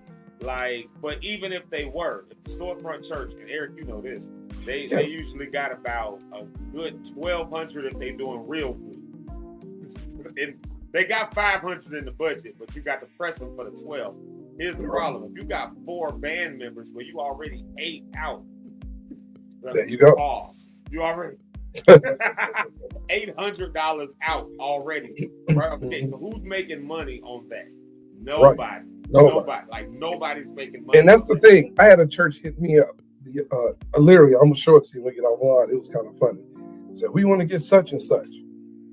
I'm like, I said, okay, you looking for track? You looking for, whatever? Oh no, we want the whole. What's the word he used? Shebang. I want the whole shebang. I see online. I said, okay, that's 60,000. What? Tell them this is for a church. Yeah, you saw that at a church. It's 60,000 if you want all of that stuff. Well, we trying to make money. It's a fundraiser. So I told the pastor, so no offense, you want them to cut their price so you can make money. But their staff and stuff go home and they don't get paid. Well, it's a sacrifice. I know. Well, why don't you sacrifice what you're trying to do? Don't get me started on that. The whole sacrifice thing. That call a whole new conversation. Man, look, that phone call ended immediately. I said, well, look, this is what the price is. Take it or leave it. And if you can't afford it, no disrespect, I can send you. And I was cool. I'll send you a list of artists within your price range. But they need to understand, everybody don't have that money. I said, let me ask you a question, Pastor. Everybody can't there you go. I said, Pastor, do you preach for free? Well, hold on now, brother. No. Ask a question. Do you preach for free? Well, no, I got a livelihood, but they don't have to charge that much. They can scale it back. If I'm the artist, right? I got scaled back. Let's scale it back. If I got 3 background singers, I still got a road manager. I got an audio guy who got to go. I got 5 musicians or 4. Let's scale it back to 4. I got 4 musicians. Then I got my production team. Then you got your assistant because you got your techs you need to have. Then you want lighting. That's a lighting crew. Yeah. You want this big production sound. That's a sound crew. And then it's me as the artist. Everybody got to get paid for that. Because all of these people got families and bills. It's a job. People don't think of it as a job. They think of it as the praise and worship service, Yeah. No, and no offense, if you don't have the money, get somebody local that you can afford. I don't compromise those prices for anybody. Now, here and there, we may do something if it's for like an organization. Yeah. But man, I told the pastor, this is not going to work. He was mad. He hung up and all that. That didn't bother me. I kept watching TV because at the end of the day, I had to say, he's still mad at me. Yeah, John, if you all ever need somebody to talk to these people, Rita agree with me. Document this, take a screenshot. But honestly, and by the way, if any of you guys ever have a problem with a pastor or somebody like that, you are side, call me. I'll talk to him for you. I'll say everything you feel like saying, and it won't bother me at all. But in all seriousness, though, this is something that people, and like Carlton, I get everything you're saying, but in some cases, we can't do the same thing. Yeah. Like, I can't take a Kirk Franklin to a 100-seater church and then bring the lighting, the crew. Number one, you're going to blow the system out anyway. It don't have to, that's what people, it don't have to. Backline got to come in, like it's a whole, like stuff gets done at certain levels, and I think people expect your favorite gospel artist to come in for the same budget that you can for that local cat to just get started. You paying John Smith down the street to come, and then you tell Deidre Hatton, hey bro, I need you to come. Well, this is my fee. But he said he charged me $500 to come, and he doing the same thing you're doing. No, he not. And go ahead and get him. You don't need me. Listen, that's the thing, man. I made the choice. I said, man, this thing ain't sustainable. And that's why, that's part of the reason I sat back so long here, because it was just like, it's not sustainable. It's like, and you get, like you said, these pastors and these other folks who really in their heart of hearts believe that you're supposed to just pop up on the scene with a full production, and that didn't cost somebody something. Now, here's why I say don't trigger the conversation. And they make the money. Because here's why I say that the pastor conversation, this is where it triggers me, because they'll stand up on a Sunday and preach faith, and then pass off to you that you need to pull back. I'm the head, not the tail. You want me to take that, and then when I start hitting you with this is my fee. And here, let's be also honest about this. Gospel, like somebody had it in the comments, I think it was John, he said, gospel ain't got the same money that hip hop do. I'm telling you right now, like, I remember a friend of mine brought in, I won't even say what artist, because I want to put price points out there and stuff like that, but brought him in, this was back in year 18, brought in who was a middle of the road, like very famous. So middle of the road R&B is still massively famous, but it ain't, this ain't the top of the genre. Beyonce is who I would put at like the top of the genre. the It's Beyonce, like the Rihanna, like the a Carl Ushers. Thomas. Somebody that like somebody who's massively famous, but they not moving the Grammys around for them. Like, you know what I mean? Like, but they still hella famous. I got you. So middle of the road in R&B. You know, they're not an up and coming, but they not Beyonce. And that was for her, without the band, without background, for her by herself to come in and sing the tracks. $60,000, $60,000 or $65,000. Now you just threw a number out there about a whole show that will come with all the top of the road, the top of the line gospel artists for 60. But this middle of the road R&B artist was 60 or 65 just for her. Not a whole, like, for her to come in and do a 45-minute set the tracks was $60,000 or $65,000. But to get a whole tour in an arena and everything will cost you $60,000 for gospel. The money ain't the same. So, you know, it seems like big numbers, but those are only big numbers, the small-minded or the small. Yeah. They say, oh, that's a lot of money. Is it? It's not. Because think of all the people that have to be paid on these the whole tours. production that it takes to run that stuff. And like, really, honestly, a lot of those artists, like Fred, to tell you, for many of those years, he lost money. Like, because you remember to go out there. Because you went on the tour, and then what happens, and this what people don't understand too, is when you're on these tours and you're scheduled to go. Zeke experienced this before with on a major tour, and then you're headed. You stop in one city, then you get the phone call. Oh, the next 3 dates been canceled by that. Oh my God! Yeah, now you stuck. Who got to eat that cost? The artist, the main artist, got to eat because it's their tour. You still got to get housed. You still got to hotel, per diem, hotels, food. Like it's a real thing. So we're saying this whole conversation to say, you know, there's a lot that goes into it, and unfortunately, gospel, most of our music is pushed to the church world, which is why I'm also not opposed to the which is why I'm also not opposed to. Sorry, I was responding to this message here. Which is why I'm also not opposed to taking it to arenas and other places like that, places that actually got the money to pay people what they deserve and put you in front of a room full of people that may challenge what you're singing about in the first place. Here's the other word, Zeke. It should hit them. And here's the other word too. And this one they use in a heartbeat. This could be good for this. I'm telling you, I got an idea for you and Rich when we go live in a week or so. This one gets me too. In some cases, it's beneficial. And I'll give an example of beneficial. And Kirk Franklin team called and say, Zeke, come do the reunion tour tonight. Okay, cool. That's beneficial. Yeah. But when you people call and say, hey, come do this, the exposure is going to be great. No, it's not. Stop saying that to everybody. Use the exposure, and you got 200 people. I don't need to expose you have 200 people. I can get that myself. Yeah, I can do that on. Put me in front of 8,000 people, 10,000 people. Like that's what I'm saying. So like if Kirk Franklin says, Zeke, hey man, come do the reunion tour. I got 10,000 people here tonight. I'm over budget, but I want you to kind of hit the stage. You're gonna be on the phone. Hey, get the team together. We doing a reunion tour. Yeah. But Pastor Jackson Jones over here called and say, man, I can't pay you, but we have an event. It's going to be for the exposure. How many people come? About 150. Oh, you keep that. No disrespect, Pastor Jones.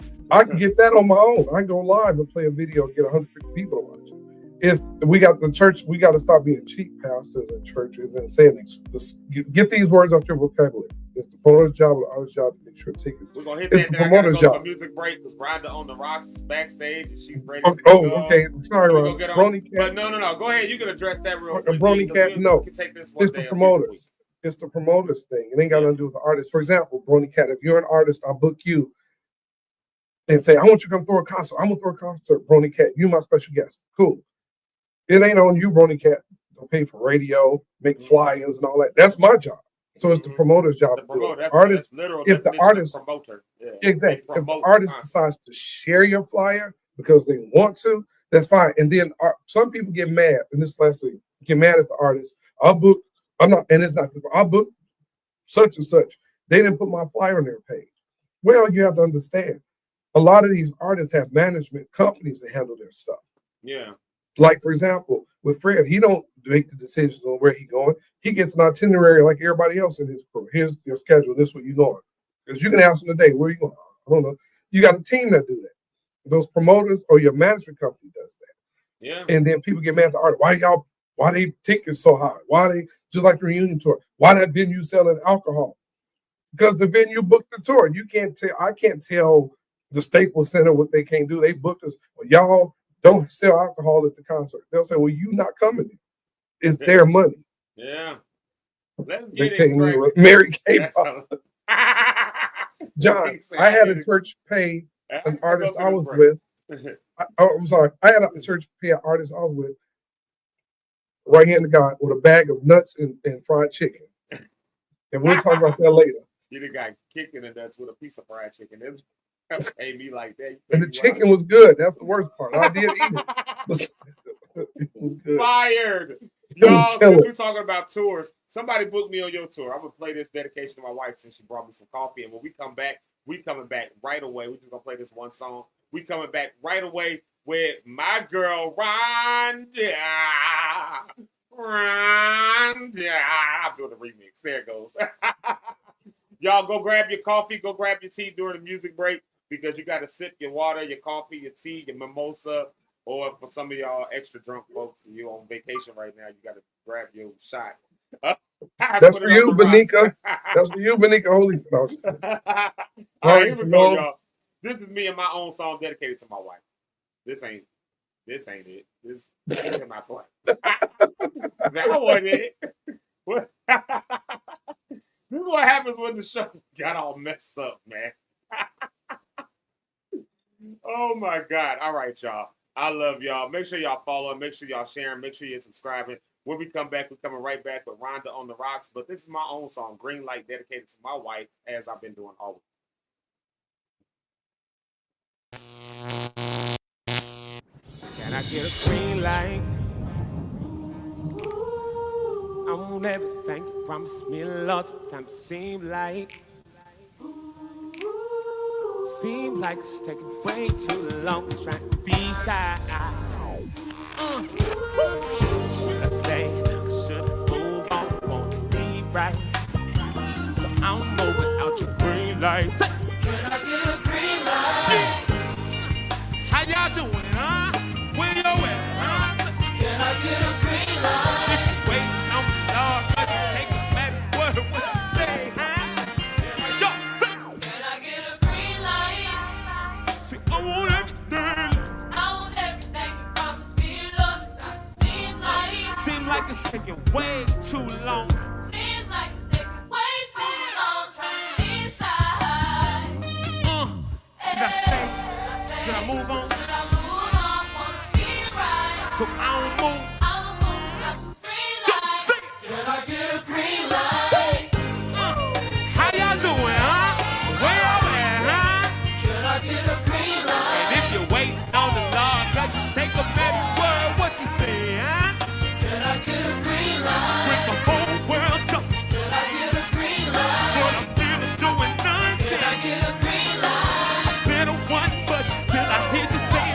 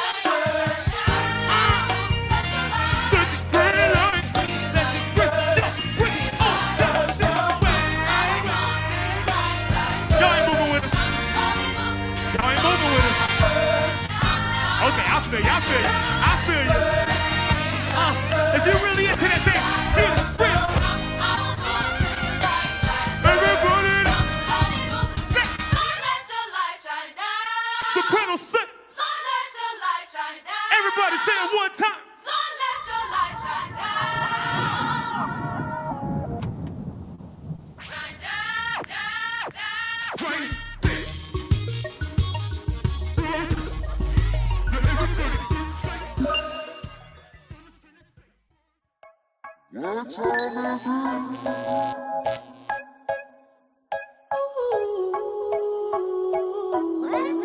know what time it is. When you hear that, you know what time it is. It's time for our girl, Rhonda on the Rocks. You classic with dumb. No, they look great. Yeah. Put the music down. Pull the music down a little bit. There you go. There you go. There you go. What up, everyone? Now we can hear you. There it is. Y'all give it up for our girl, Miss Rhonda on the Rocks. Good She morning. looks famous. Good morning. You do look very famous. She does look famous. I was wondering, I'm like, are the glasses too much? But it's No, bags under here. So I was like, okay. yeah.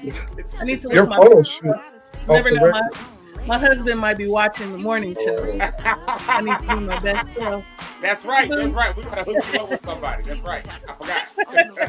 And you know what? Her photo shoot was amazing. She did have a good photo shoot. That was killer. Yeah. That you Thank did you. awesome, I was amazing really job. proud of those. You look like a super celebrity. She did. That. You are a celebrity. Like, make sure you remember that. You are a celebrity. You are now. Yeah, Thank absolutely. you. So what's up, Rhonda on the Rocks? What's Oh, up? Rhonda has been on the run for the last 3 days. Today is day 4 of the Rhonda on the Run challenge. And yesterday, I was really proud of myself. I did 14,000 steps yesterday. Wow. Which is like a little over 5 miles. So that was good. And now I feel every step. I feel every bit of it. I am so sore. Yeah. So I'm gonna try to do like between 6,000 and 8,000 steps today. If I feel the push to go further, then I will. But yeah, that makes sense. I want to be able to sustain for the long haul. And I know if I go too hard in the beginning, I'm going to fizzle out. Yeah. So, you're right. Yeah, yesterday was just a unique day. I don't know why I ended up doing so much, but I'm very grateful. It feels good to be back in it. I definitely felt really, really good after doing all of that yesterday. Congrats. Yeah, a friend of mine and I had already done like 10,000 steps, and then my friend reached out like, "Did you already walk today?" And I was like, "Yep." And she was like, "Well, I've been sitting doing homework all day. Like, you want to go for a walk?" So I'm like, "Sure." It's better when you go with someone anyway. Yeah. We had some gossip to catch up on anyway. So I was like, "Okay, let's right, do the it." Gossip. Yeah. Gossip walks. The gossip make the walk go better. Listen.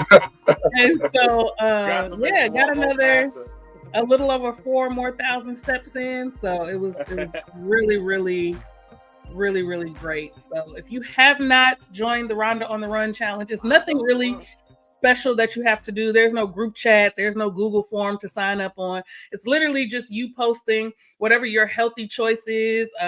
You can post the results from one of your workouts. You can post whatever. You drinking more water, whatever. Sure. Yeah. Tag me on Instagram at Rhonda on the Rocks. Don't forget the H in Rocks.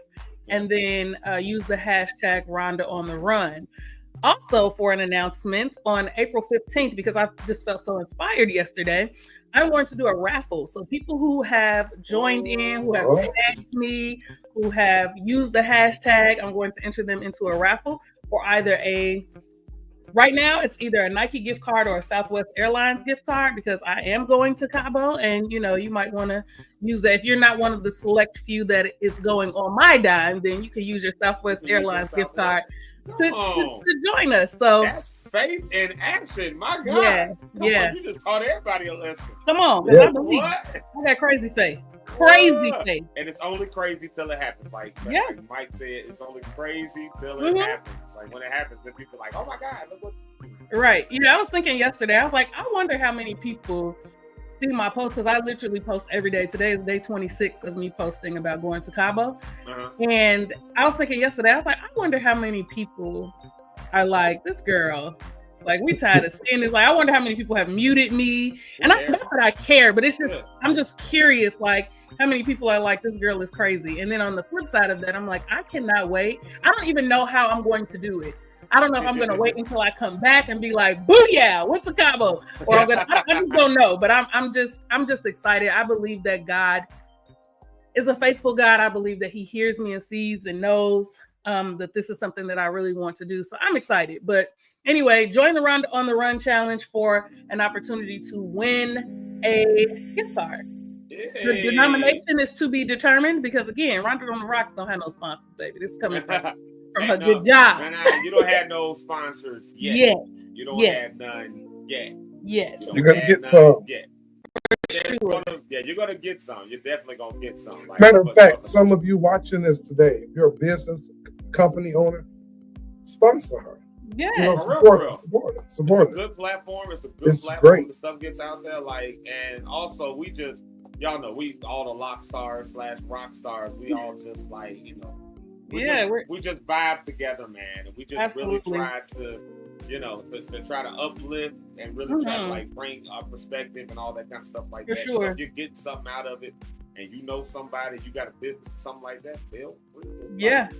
And what's so funny to me, Zeke, is like this is the most that you and I have interacted in 20 years.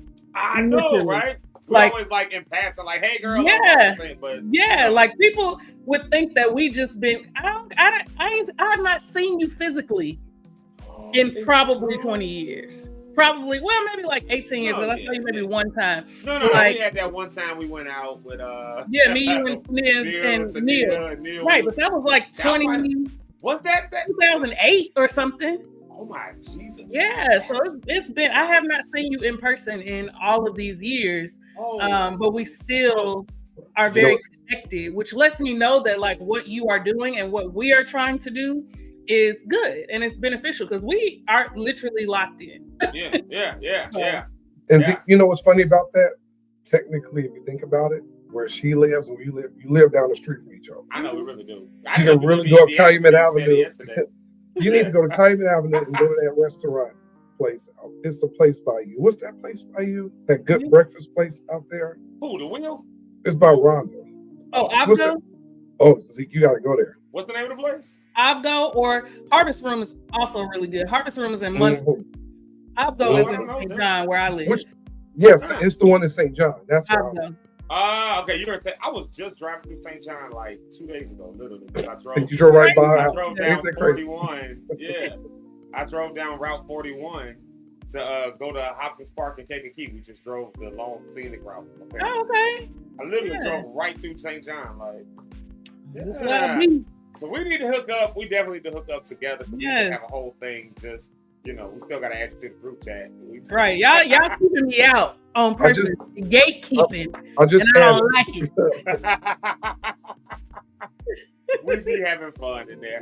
Yeah. So you sent me a clip. That's a good clip. And let me do this real quick. I want to say some shout outs to all the Instagram people who have been in and out of there. Mama is on. We got a girl we call Mama. That's our girl, Mama. She's a makeup artist. Her and her daughter Toddy, they do makeup and stuff like that. They do all the effects makeup. What do you call it? Like, I guess effects makeup. Aesthetics and all that stuff. Yeah, all those the prosthetics and all those things. Yeah, movie stuff. So we want to always give a shout out to her because she was buzzing in the comments earlier. And I ain't seen none of it, but she was agreeing with everything we said. And she also said, when I said you don't have no sponsors yet, this is why I want to make a dress to that. She put it in there. She said, yet with the praying hands. Hallelujah. Make sure you see that. And then Doobie Powell was on here for a minute. Shout out to him. I saw a video that posted. He was up and walking and stuff. The church went up. So he's doing better? Yeah. Miss Tammy, I think that's Tammy that I know. What's up, Tammy? And then ATL Short. That was so like that's Tammy I know. Like oh, out of a million Tammys, you only know one. Like, and then ATL Shorty, good to see you. And there's a couple other people I feel like scrolling all the way up. So Rhonda, you sent us a really good clip, and I've got real quick the Rhonda on the Run with Rhonda on the Rocks challenge down here. I want to make sure to address that so people know what that is. That's what Rhonda's been talking about. I'm partaking in that as well. I just got to upload my video and tag her on Instagram. Please. I probably just need to do anything at all on Instagram. I just need to get on Instagram. That's what.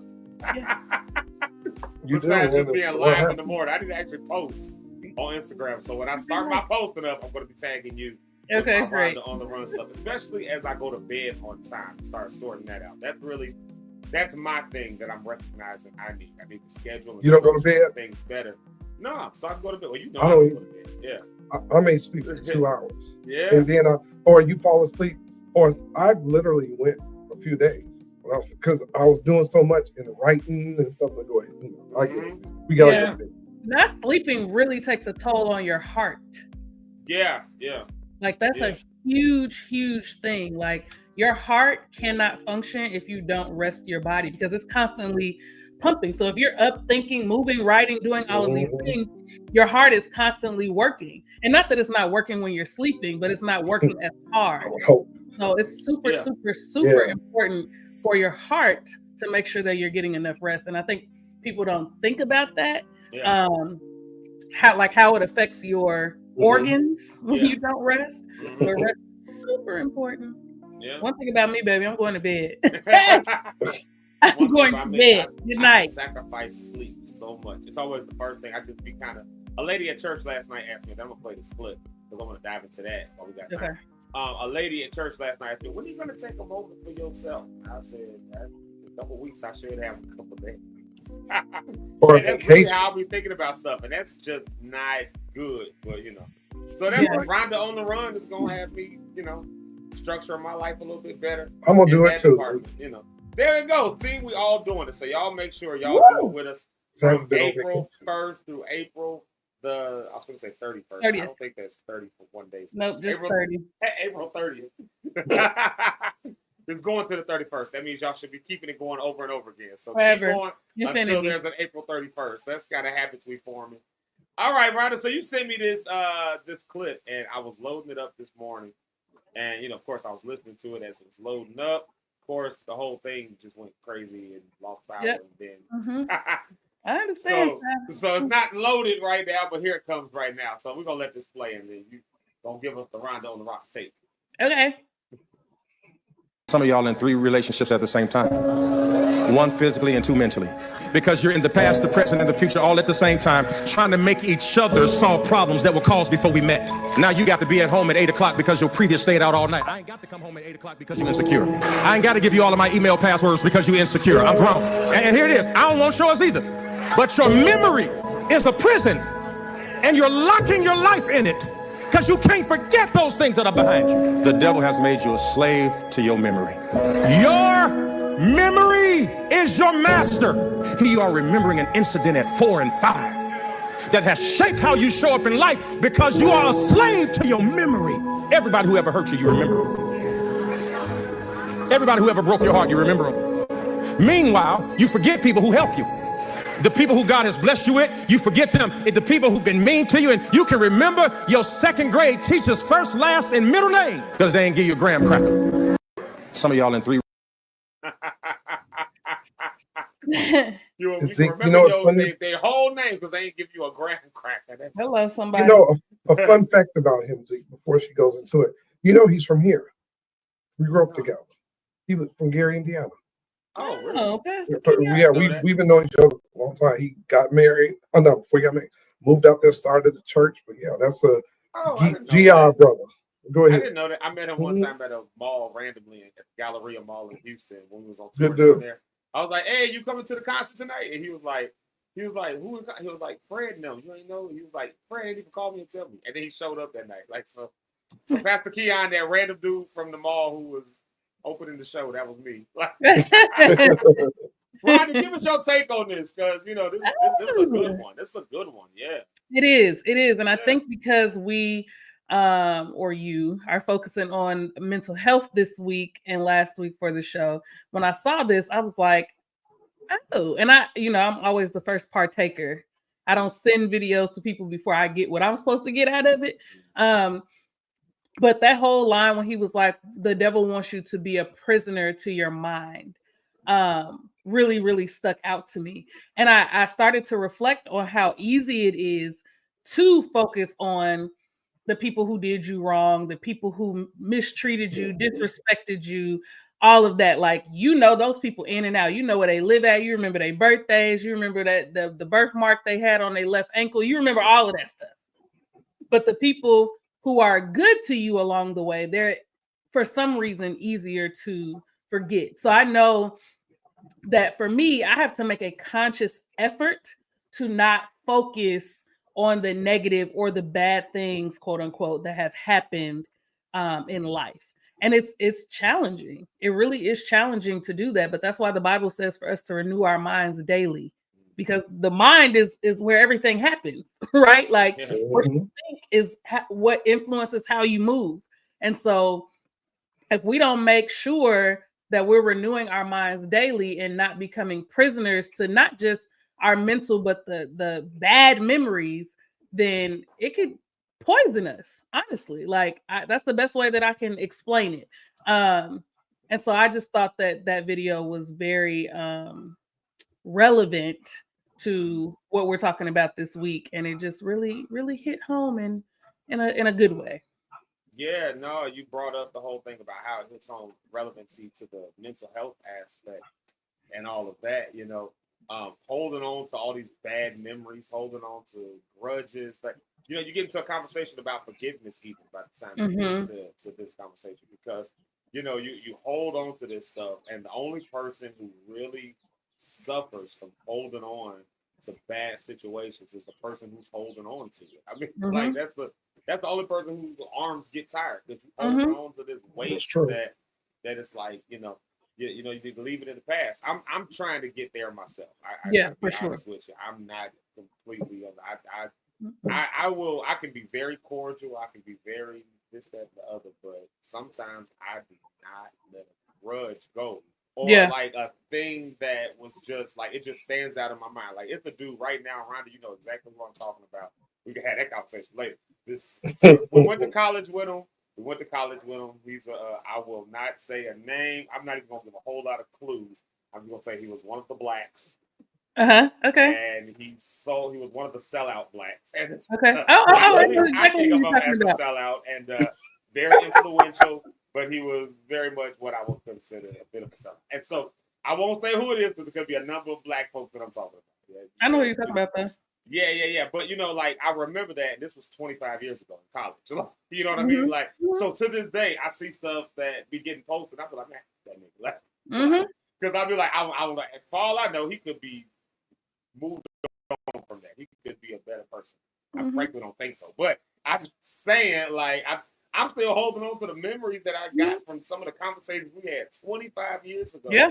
And now I see it today, and I'd be like, nah, now he's out here helping people and blessing people.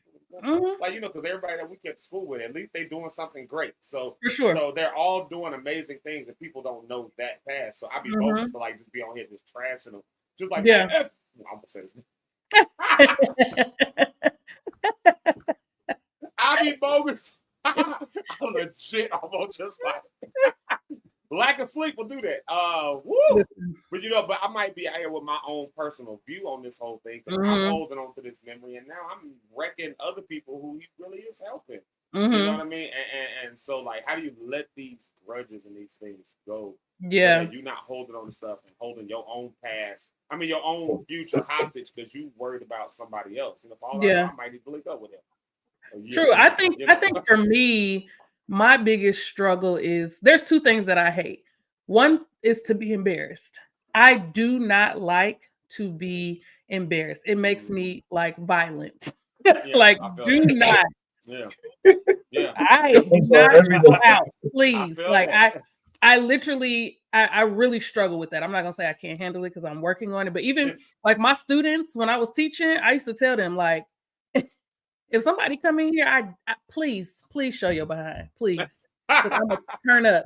I please, and they were good. They knew, like, let's just keep her calm. For that, and then I don't like to feel like someone has played me. Yeah. Like, I really struggle with that. So if I feel like you've played me, it's very hard for me to let a grudge go.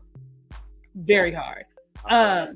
And I remember people, just like people that I'm not friends with anymore or whatever. It was either one of those two things is the reason why I don't talk to them anymore. Like, a combination of one of those two things is the reason why I don't talk to them anymore. And when I watched this video, I was like, dang, I wonder, do they even know?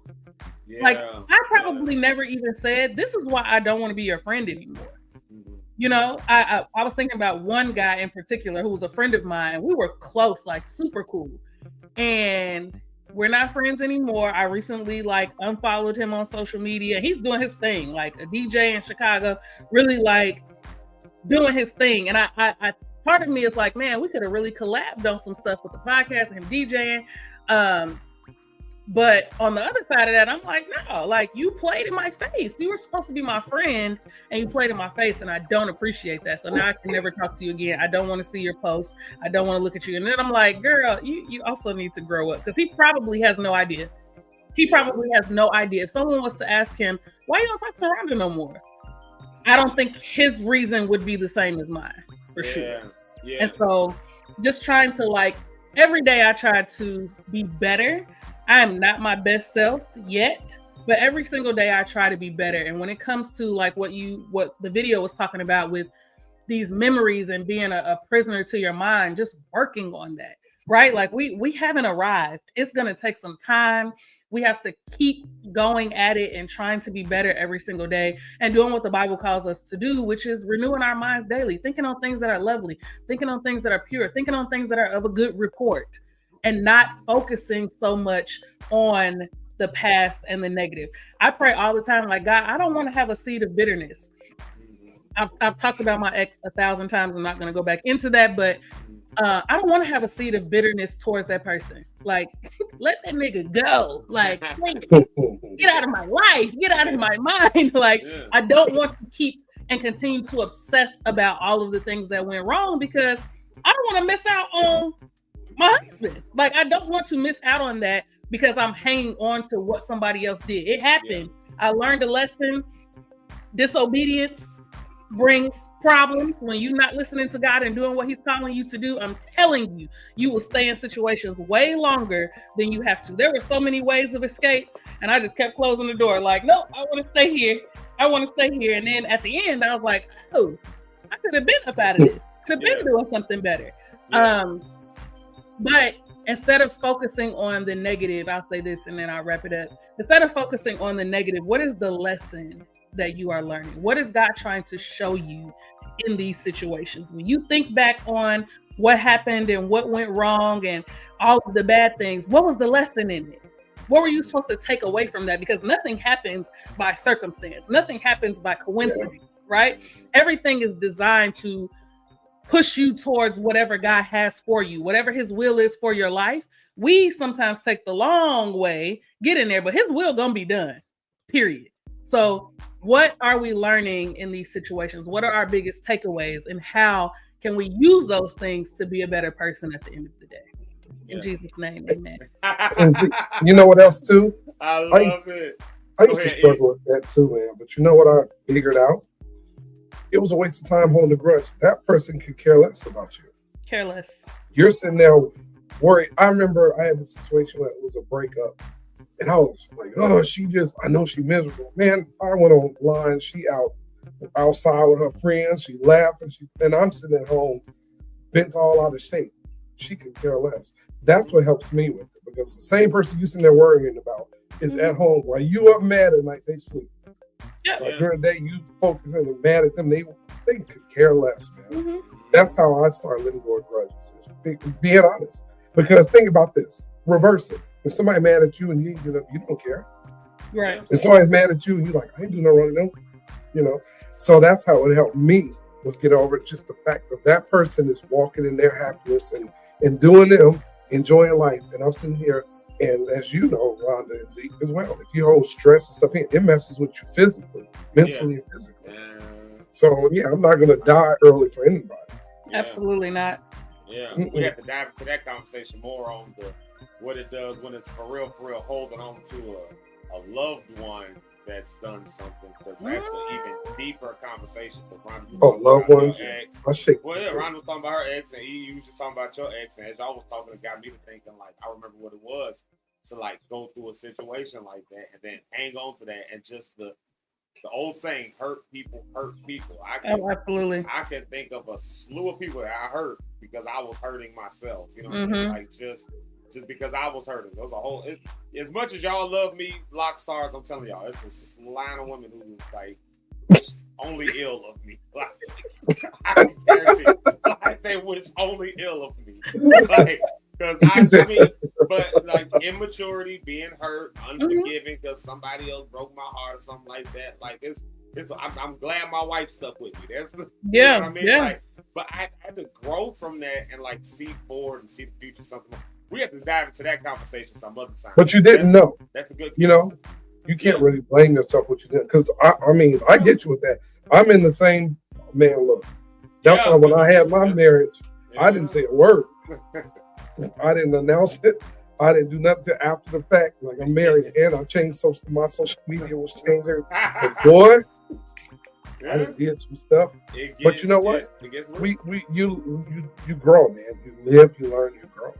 You know, and I mean, I'm not saying it's okay to hurt people. Because I publicly went on social media and said, anybody I've done some wrong to, I don't know how to reach everybody, but I apologize. I was wrong. I don't have a problem saying I'm sorry. Yeah. I don't have a problem saying it. But anyway, I'm sorry. That was just funny to say that because I'm like, yeah, I've been there. No. Like, I think there's a lot of people who are probably in that same boat. Like, we ain't going through people out of the 8 billion people on the planet. We ain't going through Negroes in the world, whoever have held a grudge or entered other relationships while holding on to stuff and then watch the physical aspects that has on you, the mental toll it takes on you, how you're not productive like you should be, how you might be throwing and trashing away something that God meant purpose for you because you holding on to something else. Like, I think that conversation should be had at some point. And but I know, Rhonda, I know you got to get out of here. We got. I got a little time today if you have me. Oh, what is? Stick I would say, where you going? Rich Holmes is here. Stick around there. You know, you always stay as long as you want. I just be trying to respect your time. I'll log in a little later. Zeke, I'm like, where you going? Hey. You ain't going nowhere. You gotta stay. Well, since you're here, this is what we're gonna do. Then we are going to. I'm gonna do one more sound break so I can go tinkle. Coffee in the morning. Right. It's one of me and my wife's favorite songs. We need to go tinkle. So with that being said, Rhonda, tell them one more time about the Rhonda on the Run challenge while I pull up this song that was preloaded earlier. Look at that picture. Okay. You talking about my photo shoot? All right. Cool dude. All right, Eric. Famous guy and cool dude.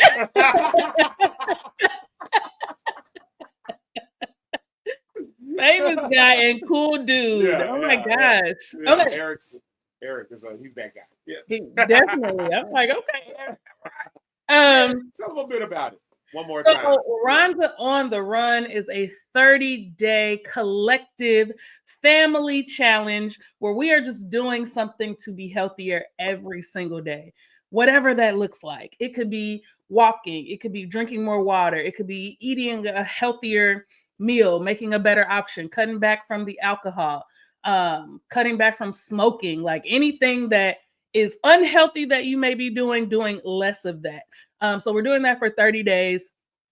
To participate, you're going to post whatever your healthy choice is and tag me on Instagram at Rhonda on the Rocks. You can also follow me on Instagram. That would be great.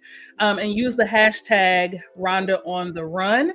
Also, because I just feel generous, on April 15th, I will be doing a raffle for those who have participated thus far. I don't know the denomination yet, but it'll either be a Nike gift card, a Southwest Airlines gift card, or some other really cool, useful gift card to just say, hey, let's keep going. We'll be halfway there at that point, and we'll want to keep pushing forward. So join me. It's going to be a good time. Me and Zeke and Eric and Rich and some of my friends and people who are fans of Rhonda on the Rocks podcast. That's really blessed me. People that I've never met who are just fans of my podcast have been joining in. So it's been a good time, and it's a community. I love it, and let's do it.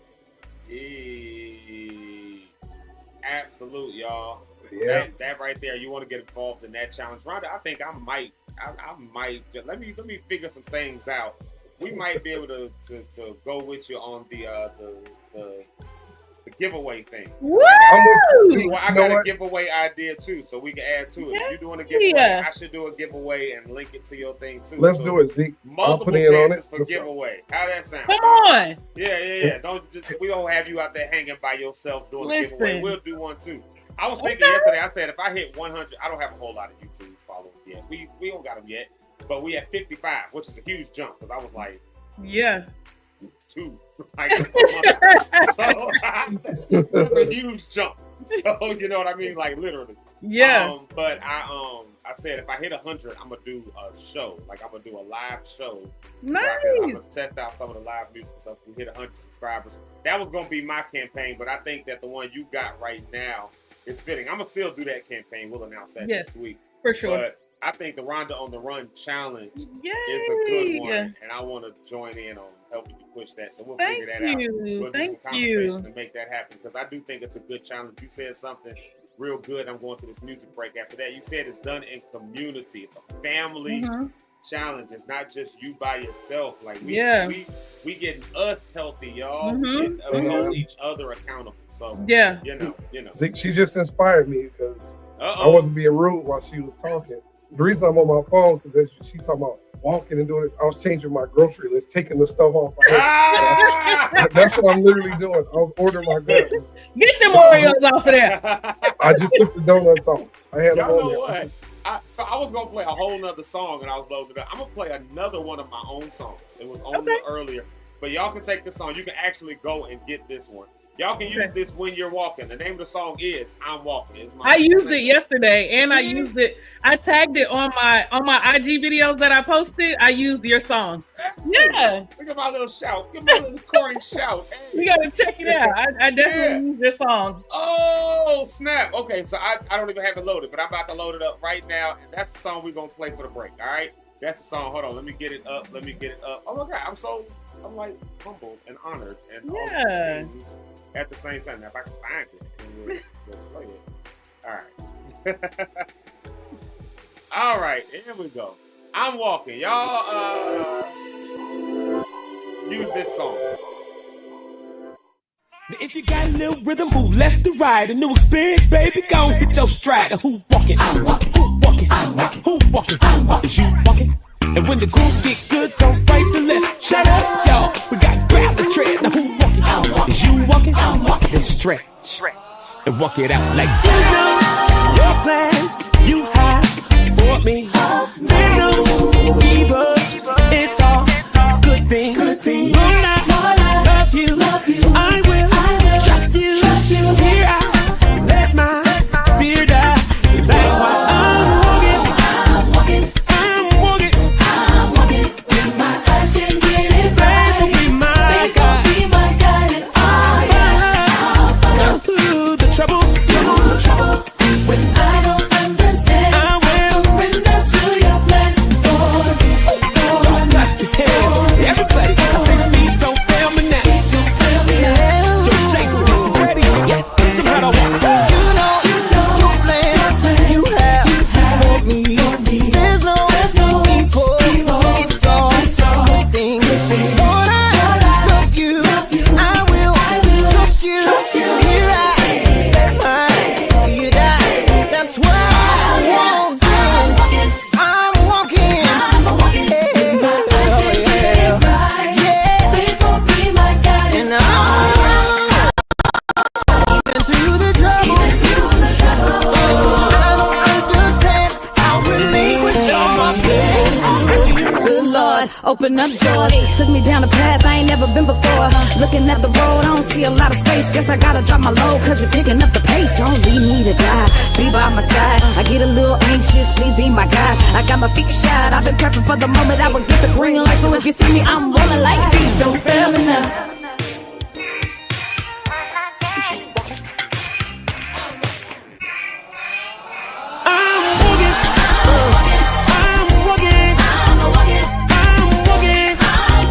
Tell you like I am by faith. Oh Lord, I'm walking. Anybody else going? Yeah, say I am. I'm walking. When my eyes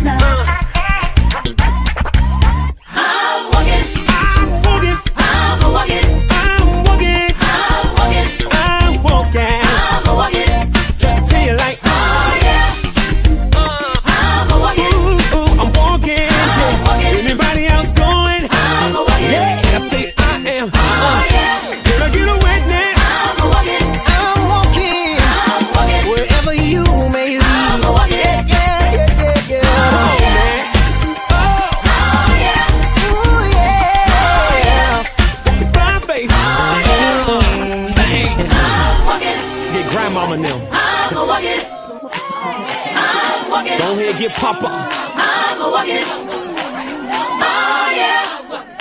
I'm walking. I'm walking. I'm walking.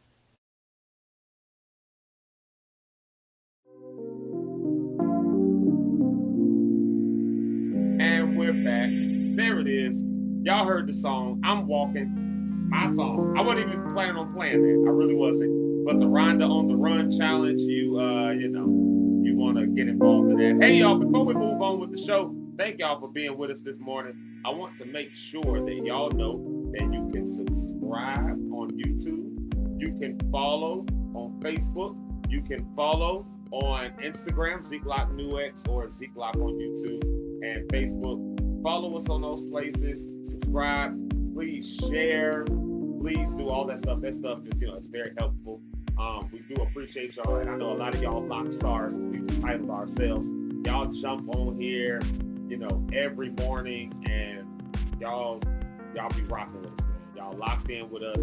So I appreciate y'all every morning. Spread the word. Let's have let's grow the Lock Star family. Let's grow it up. I told y'all, if I hit 100 subscribers on YouTube, when I hit 100 subscribers, I get but when. It's just a matter of how long that's going to be. When I hit 100 subscribers on YouTube, Rich and Eric don't even know this yet. I'm going to throw a live concert. I'm just going to throw a live concert. I'm going to do some music that y'all ain't never heard before. And so, they said my mic seems low. Can y'all hear me now? Is that better? Can you hear me? Yeah, I'm going to do a whole concert. Something y'all ain't, you know why my mic seems low? Okay, is that better? Y'all, I done did this whole show with the mic wrong. That probably went out when the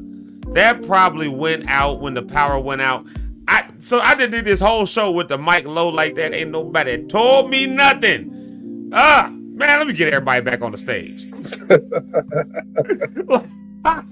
You know what? Your mic was low, but the music was loud.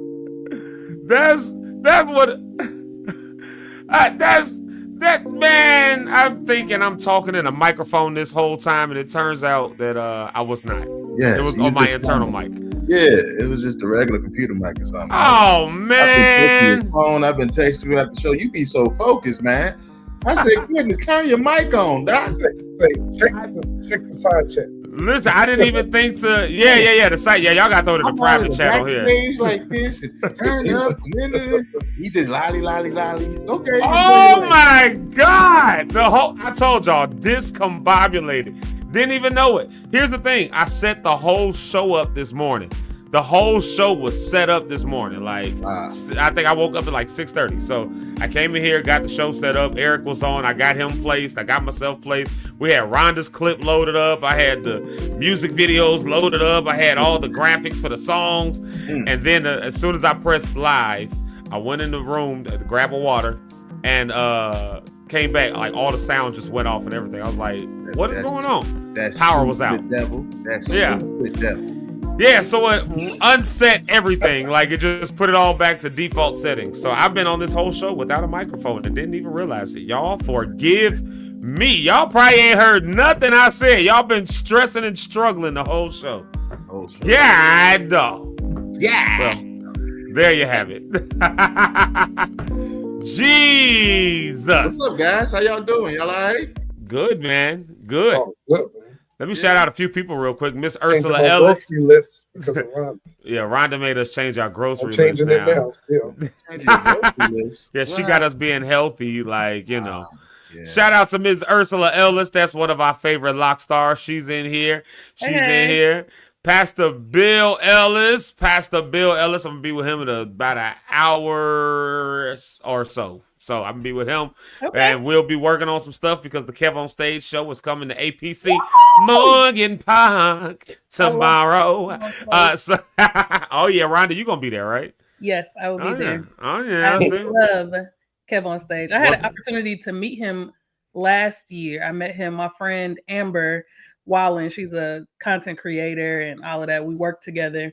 And so I went to LA to visit my brother, ended up linking up with her. So we went to Kev on Stage show and I got to meet him. Yeah, nice. I love Kev on Stage. He's genuinely a nice guy. He emceed our he emceed and hosted our a concert for us back in the day, and like him and his wife both, they were just so nice. They were gracious. Yeah, he happened to be in town. Remember? And Eric hooked it up and had him come through. Yeah, I want to work with him someday. I put him on my vision board. Yeah, you will. It'll happen. It's gonna happen in some capacity someday. I want to do something with Kev on stage because watch it happen. Watch it happen. Connection. From my lips to God's ears. Hey, Shabata. Shout out to Relentless. He is one of the dopest rappers in the game. I promise y'all that much. He got bars on bars and bars on bars. And speaking of bars, shout out to Free Bars. That's my boy Hamim over on the Instagram side. Mama's over there.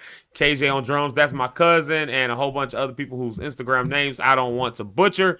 So I'm just gonna say hey to you. And I hate that I can't put Instagram comments on this side so they can get more involved in the stuff. But you know. That's what it is. That is what it is. Man, y'all, we made it to FriYay. We made it to FriYay. Rhonda got us kicked off on a dope conversation, Doc. I know you was backstage. I know you couldn't hear me saying nothing in the conversation, but I'm sure you heard what Rhonda was talking about, you know, just talking about that forgiveness and not living with the three persons like Pastor Keon was saying. He said there's three people that you're in a relationship with: your past, your present, your future, and all that stuff like that. You know, what you think about that, Doc? You know, we just run our mouths, but you are actual bishop in the Lord's church. Hallelujah. No, listen, I'm a regular person living out this life.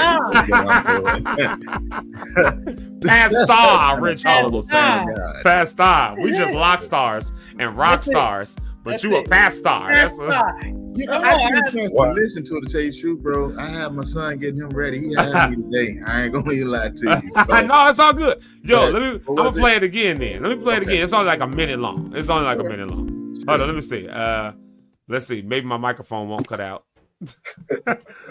Okay, that's not the right screen. All right, hold on. We coming back. Watch this.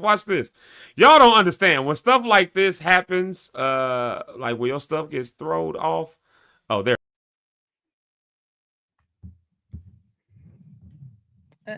Hi. Okay, Rhonda's on solo. See, I gotta reset the whole thing. Hold on, Rich. You coming back? You ain't going nowhere, Rich and Eric. Y'all coming right back. There it is. All right. Now let's see here. These things happen, y'all. I don't understand it, but they do. It's all right. good. I think that's the screen we're looking for. Talking to me in my ear. Come on, guys, get together.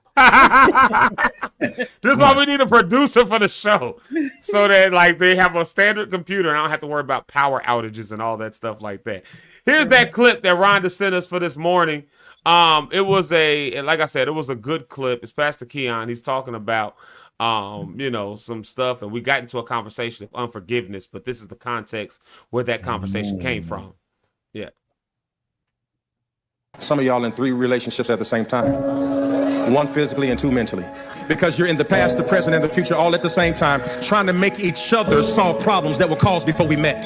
Now you got to be at home at 8 o'clock because your previous stayed out all night. I ain't got to come home at 8 o'clock because you're insecure. I ain't got to give you all of my email passwords because you're insecure. I'm grown. And here it is. I don't want yours either. But your memory is a prison, and you're locking your life in it because you can't forget those things that are behind you. The devil has made you a slave to your memory. Your memory is your master.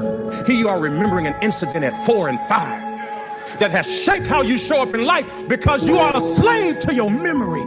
Everybody who ever hurt you, you remember them. Everybody who ever broke your heart, you remember them. Meanwhile, you forget people who help you. The people who God has blessed you with, you forget them. The people who've been mean to you, and you can remember your 2nd grade teacher's first, last, and middle name because they ain't give you a graham cracker. Some of y'all in 3. What do you think? Yeah. What do you think, Pastor? Rhonda gave us a really good take. I'm with him 100%, bro. Actually, I agree with it. Yeah. I enjoyed what he said. I think that's a big thing. Again, the fight and the battle is always in the mind. I think I heard you guys talk about that part. Just knowing your mind, that's important. Otherwise, you will always bring yourself into your next relationship. And if you don't focus on yourself, then I don't see how you think something greater can grow from what you're looking to put yourself in and get connected with. Yeah. Yeah, we got so many expectations based on our past traumas, and we bring that into the next person, into the next relationship, into the next business deal. There's things that I do even in business deals because what happened, I ain't getting burnt again. No, you're not getting me again. And I'm going to put these parameters to what I say, guard my heart or guard my my business, my name, whatever it is that I'm doing associated with. We set up those parameters based on what the traumas and things we go through. Now, I can say I don't think it's always negative. I think there can be positive boundaries to be based on past relationships and past things because you don't want to get hurt again. But I think it's important. I think what he's putting together is don't let that bind you for going forward. I think I kind of hear that a lot. Yeah, I think the difference is like holding on to the lesson or holding on to the hurt, right? Like which one are you holding on to? Because yes, all of these things help shape us, but I want to hold on to the lesson that I learned and not the hurt that I experienced because of that whatever happened. So I think we can remember because those lessons is what helps us to create those boundaries, right? If you go for a business deal and they screw you over, take the lesson from it. Right? It's gonna hurt, but let the hurt go and keep that lesson so that when you move forward and go into your next business deal or brand deal or whatever, you have that lesson and not the hurt from that situation. Yeah, I agree with that. I agree with that as well. Definitely. I think they always are lessons, not losses. So lessons, not losses. Yeah. I like that. That's a good way to put that. Lessons, not losses. Like, because then at the same token, like I'm trying to think of the scripture. I'm trying to word it right, but all things work together for the good of those who love Him, who are called according to His purpose. Yeah, but make sure you remember call according to His purpose. A lot of times we do things according to our purpose and what we want. Thank God to bless that, and that ain't how this works. Like, but we run into a brick wall every time. Like, that's not gonna change. So read the word for what it's saying. That to mean for your life. But under the assumption that the person is under His purpose, as Pastor Rich said, under that assumption that you're called according to His purpose, that you're working and walking in that, I think what ends up happening, that you still end up across these crazy situations that happen. I mean, you still run into these situations that happen, like something pops off that you weren't expecting, or something doesn't work out the way you planned in your mind that it would work out, and the way you thought you heard God say, or whatever. You thought that it was going to just go a certain way. You put all the pieces in place, like this morning was a perfect example of it, right? Like, I got up on time. I worked what I needed to do to get the show set. And then something that was beyond my control happens. Power goes off. Just surges for a minute, but it resets the whole thing. And then but what happens with that? Do you hold on to that? So it's a lesson, because we had other situations that happened in the past before. I took those situations, learned a couple lessons, had a plan in place, like we talked about yesterday, Doc. Had a plan in place, so I was at least able to get on my phone real quick and be able to be like, "Hey guys, we coming back on. The power just came back on." That I was at least able not to have to shut the whole thing down. Whereas without that plan in place, without that, so I took the lesson of the memory of a bad thing, but it could have went a whole different way. The bad thing could have happened. I could have been what I was about to do this morning, which is, man, F this show, man. I done did this every day for a month. I could take a day off. Like, that was a decision I was about to make, because I was like, I'm not gonna stress out over that. Not when I just put 30 minutes into getting this thing set up. Like, and all of it just went away. No, I'm about to F this show today, man. I'll be back Monday. Like, I was about to post it. And then as I'm on my phone thinking about posting, and I go, wait a minute. I can at least get a message, the same energy I would put into saying I'm about to cancel it. Just put that energy into saying, hey, y'all, bear with us for a second, and then just take a woosah moment. The show is going to run bare bones a little bit. I may have had it set to look nice and do all of that, but now it's going to have to pivot. But what I didn't do was give up on it. And, I hope that people take that. There's a lesson that was learned from earlier. And I could have said, well, I was burned before. Down the stream, y'all going to burn me again. Bump this. I ain't getting burnt no more. Yeah. And then the whole thing ends up getting we getting the momentum going. And now I just cut that off. And, but you have to make that choice and that decision not to live so much in the past. Yeah. That, and you'll be able to see your growth. I'm sorry to cut you off, but you'll be go. your growth down the line. Like when I listened to my first couple of episodes, I'd be like, girl, we couldn't hear you. The sound was bad. The room was ugly. Like, what was going on? But now I'm like, I can see like significant growth. And every time I do another show, another episode, I record with someone else, I take a lesson from what I did last time, what I want to do better. Like before, I was using the camera on my laptop, which is not good transferring to YouTube, for at least for me. It just it doesn't look clear. Yeah. So a friend of mine who does a podcast, I went down to Memphis to be on his show, and I always was like, oh my God, his stuff looks so good. I just knew he had this expensive camera. He was using the back of his iPhone 13 to record. This boy got, I don't know how many YouTube followers, 100,000 followers on TikTok from the back of his, from here. That's what he used. So I started using my phone, and I'm like, total difference. Total difference. So it's cool to see like the growth and, you know, all of those things as you progress. So let today be, like you said, a lesson, and you'll look back when you're in a studio and you have to be there at 4 a.m. to get dressed and do your show. You'll be like, dang, I remember I used to do this at my house. Yeah. How it used to go out. That and part. I used to be all discombobulated, and now I'm only discombobulated because I got to make sure I get my coffee before I show up to ABC or wherever. Hey, Ishabah. I feel it. Verily, verily, I say unto thee, Ishabah. Verily, verily. No, it's like you just said so much right there. That's so true. Like if you know, it comes back to that choice. Like, are you going? Is it going to be a lesson that was just learned, even if it was a burn, even if you had to learn that lesson 2 or 3 times? Oh, yeah. Is it a lesson, or are you going to count it as a loss? And sometimes it's okay to count it as a loss, but just, I mean, really put some thought into that is what I'm suggesting. Really put some thought into it before you count it as a loss. Don't make a permanent decision in a temporary situation. You know, like that whole kind of a thing. I had to shift to the lesson from losses thing because I'm a competitor, right? I hate losing. You know what I mean? I don't want to lose. So I had to figure out, because that can play on your mind, that can play on your mental, that I keep losing. Am I losing? I keep losing. No. Let me find the lesson in this. Let me find the good I can take out of this. Why I gotta always look at the negative part of it? This didn't look right. This didn't. Okay, but what was the positive out of it? And I had to go ahead and take them lessons of losses, boy. In the businesses I'm in, losses are profit and losses, and that's all they talk about. People have killed themselves over losses. Millions of dollar losses, hundreds of thousands of losses. I said, no, it's a lesson. I ain't dying over this stuff. I'll figure it out.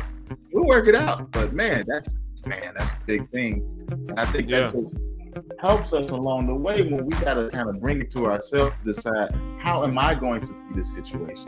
How am I going to look at this situation? Not based on what society tells me how I should look at it. Not based on what my upbringing tells me I should look at it. Not even based on what my own mind, when I'm in the wrong spot, is looking at it. I got to go on beyond that and know I'm better than the situation that I'm in. I can win in this situation. I'm a winner. That's it. And it has to come out some kind of way. Lesson and losses is real, man. That was just a real personal thing. I can't take no more losses.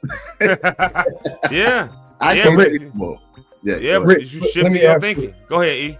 Rich, let me ask you this though. Sure. So when you have a loss on something that you really expected, you had the plan, you had you looked at everything that could go wrong, and it still goes wrong. What is your method for bouncing back from that? Man, that's a great question. My first thing is a 3-day fast. Really? I don't eat nothing. I go to God and I listen. I say, where did I miss it? I'm not blaming nobody. I'm not looking at all the other things that God, where did I miss it? Because if your word is true, I know I did everything I'm supposed to do. I'm supposed to have help from you to get this established and get this done. So I'm not going to blame everybody else. I'm going back to me and the Father, Holy Spirit. We need to have a conversation. Why is this not successful? What am I doing to not make this be? Because this is something you want me to do. I believe in you, and you've called me to do this. You called me to put this together. You gave me the mind. You gave me the connections. You gave me the resources, and only 5 people still showed up. God, Where am I missing it? And I'm looking for him to tell me. Maybe you need to market better. Maybe you need to do whatever it is. And I go in and take that back. Let me try it again next time. But I'm not going to put it so much on me and that I'm so stressed and I'm down, because God, I believe, again, this is just changing your mind. If he gave it to me, he's going to make provision for it. And so the pressure is not no longer on me, it's on him. Because I believe I'm in covenant relationship with him. Part of my covenant right is to have success. I'm living right. I ain't cussing everybody out. I ain't having sex all without everybody and everything like that. I'm really focusing on you, and you mean to tell me this still ain't right? Yeah, we gotta have a conversation, bro. Because I'm still trying to live for you. I'm trying to push everybody to you, and I'm not seeing the results. How can I be a real representative of you if every time I'm putting something together, it's a failure? It's not as successful as I'm pushing. All the energy I'm giving it to. So again, for me, it's a 3-day fast of me talking to him hopefully downloading, giving me something else. And if he don't, maybe it wasn't him. Maybe I missed it. Let me move on. Let me try it again. God, what's the next thing? I'm not going to stay in the place that I'm in, though. Right. I'm not going to stay. That's how I do it. That makes sense. Yeah. And then the thing that you said, you go to him and ask him, because even though you heard from him to do this, but you're not that person that blames him for it not working. You're like, where did I miss it? Because God, you gave it to me. Even in my planning, what part of these plans weren't you included in the right way? Yeah. It can be that small thing. It can be that little thing that we overlook that God said, yeah, that's a good way to do it. I didn't tell you to do it that way. That's how you think it'll work. Bro, I never told you that. You made a flyer and went online to do it. I might have just wanted you to go out and put it on social media. It's little stuff that we miss. Yeah. And that's where a lot of people fail too. Think about it. Events fail because we look at the broad picture and not the little things. And the little people say, "Oh, everything good. The money paid, the artist paid, and this stuff." Yeah, but do you have the lanyards for your staff? Do you have this? Do you have this in place? I like those things. I look at the real little stuff that everybody else thinks is not important. Yeah, that's why Zeke. Rich, when we used to do the award show at Zeke back in the day, we had badges, we had clearances. We had this. We knew who was driving this person. A lot of people say, Eric, that's too detailed. No, it's not detailed enough because you got to know everything. But Rich, that's good. So you go back to God, close yourself off for them 3 days, and like, where did I miss it? Because I'm spending my time trying to make sure, or making sure, knowing I'm in His will. Right. If I'm in His will and I know, I believe, I sense, and I'm going, I'm hearing, then I'm expecting Him to take care of it. Now, there are moments when I may want to do something myself. I didn't hear from God from this. This is just something Rich want to do. I want to start something, and I do it. And that's based on the knowledge I get. I'm based on connections that I've already done. And some of those things have been successful, praise God. Hallelujah. Some of them have not. And my lesson from that was, did you hear from God? Did He tell you to do any of this? Or did it just sound good? Did it just feel good? Were you moved by your emotions? Because that's what the Times is telling us. That's what they're saying is going to make it successful. Okay, but the blessing of the Lord, it maketh rich and added no sorrow with it. I didn't see too many sorrowful people out here being rich. And I said, I don't want that. I want the joy of the Lord with me doing His will. And I believe all that comes from doing His will, but we limit His will to just being His word. But it's also what He's telling you to do, which is still His word. What is He telling? What is the plan He's giving you, which is still His word? He's still talking to you. So it's just, man, I digress. Man, you have to get your preacher hooping on. I said, wait a minute. I saw my face go red. I said, let me come. No, that's really good though. That's really true. Good. It's true. Yeah, we got to make sure that we have, the kinds of things that we can have in our pathway. That's why, I've been harking on this, and maybe it's just me, but I've been harking on the whole thing around plans, around structure, infrastructure. Like Eric was talking about those little details. Like, the little foxes that spoil the vine, right? Yeah. So like you putting together a whole show, And yeah, okay, the artist is paid. I mean, you know, we talking in the music world because that's what we do. But you know, like, okay, yeah, the artist is paid, and yeah, you got the venue, and yeah, you got the driver, and you got all those pieces. But then, yeah, nobody thought about, you know, you got a big artist that's coming back, and you probably need to have some kind of clearances for them to come, for people to just come backstage. Otherwise, the backstage is gonna get too out of control. And oh yeah, there's gonna be 1,500 people here. You might need to have a security person on board. Well, them things also cost, right? And so then you can't figure out why it didn't make no money. Why it didn't? Well, you didn't charge a high enough ticket price because you didn't factor in these other pieces that needed to go. So having those plans built inside of the infrastructure, built inside of the structure that you've built, you know, will help that along the way. But this is back to your point, I think, Doc, when you say that's why, did I get this plan out of God? Did I get, because if I did, then now the responsibility that I have is to be diligent to pulling it off. Like if he gave it to me, I have the responsibility of being diligent to pull it off. So I have the responsibility of surrounding myself with good counsel, people who know what they talking about. Like, you know, just because your cousin told you that, well, I think the reason stuff don't work is because they ain't doing, and we good for that. Like, you know, the economy would do better if, you know, there's always some drunk uncle who know how the economy gonna work, because everything would just be better if we did such and such. And it's like, nigga, you don't know nothing from Adam and Eve.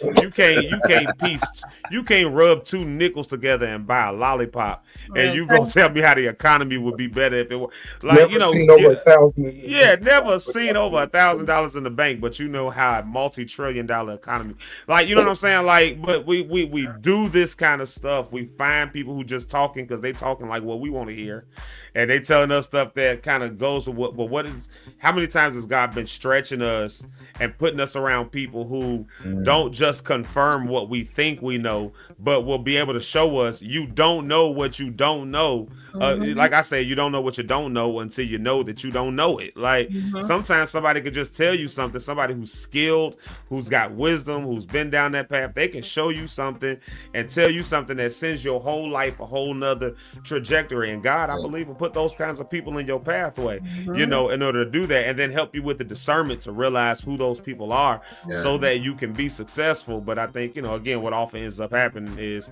you know, we put all of the, we like to pass blame and work, right? So we pass all the blame on the devil and put all the work on God, and then not open up our own eyes to realize, how do I fit into this? Like, if God gave me this plan, why he didn't just get it? Why he didn't give my thing to Rhonda? Why he didn't give Rhonda's thing to Rich? Why he didn't give Rich's thing to Eric? Well, we all bring in our own unique take, and God gave us those gifts, those skills, those abilities. And then when he gives us a call, well, it's up to us to now be connected, locked in enough to know how he's going to use those gifts and those things that he gave us so that we can push forward. And that's how you end up, I think, with, you know, learning those lessons versus taking those losses. You know, I saw this comment in there that I'm going to defer it to somebody else because we'll get out of here on time, and I've run my mouth enough. But, you know, and yeah, we see the scripture, right? Our thoughts are not his thoughts. Our plans are not his plans. Where is that in? Somebody tell me what that is on the scripture. Pastor Deidre Ellis.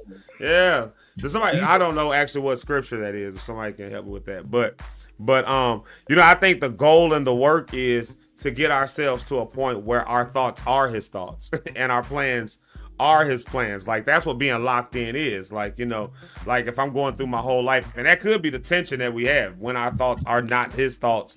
So, and they never become his thoughts. You know what I mean? Like, we just constantly tension on what, well, Lord, I want to do this. That's going to be a hard road, baby. Like, you know what I'm saying? And like, that, just so you know, Isaiah 55. Isaiah 55. That's where that is. Got it. I was about to say somewhere in Proverbs. So I was going to be all the way wrong. That's what I said. Don't let me quote it. Somebody tell me where it's at. I'm going to have you going to the wrong.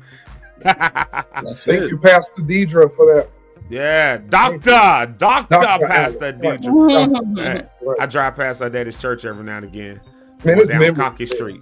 Memories, man. Yeah, man. And Rich's church. I drove past Rich's church on the week, and I was taking all the stuff we did in there.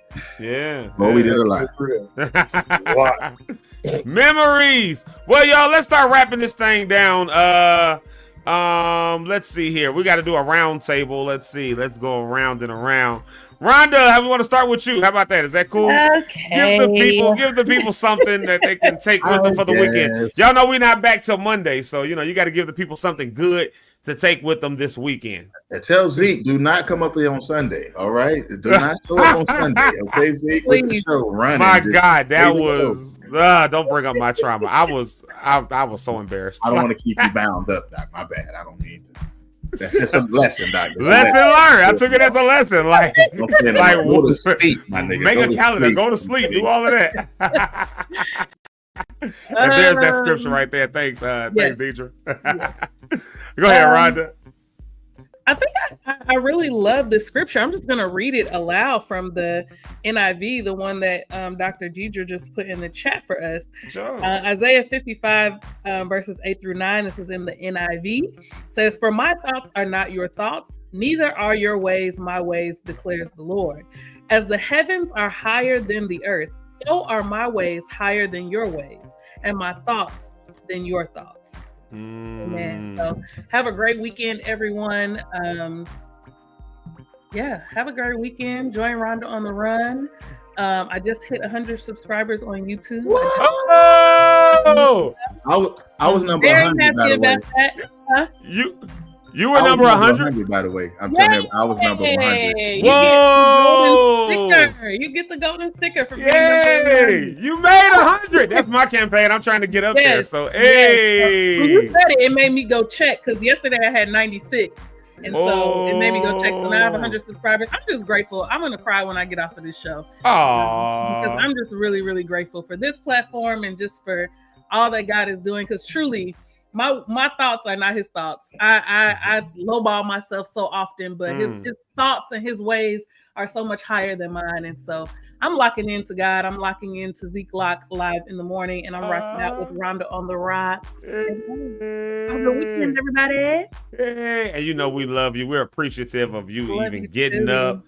I mean, because you don't have to get up super early in the morning and jump on here, especially when you got multiple things you doing. Like So we absolutely appreciate you always. Your perspective. You brought the conversation today. Well, you always bringing the convo, man. You bring the good convo, so we love and appreciate that. Let's absolute.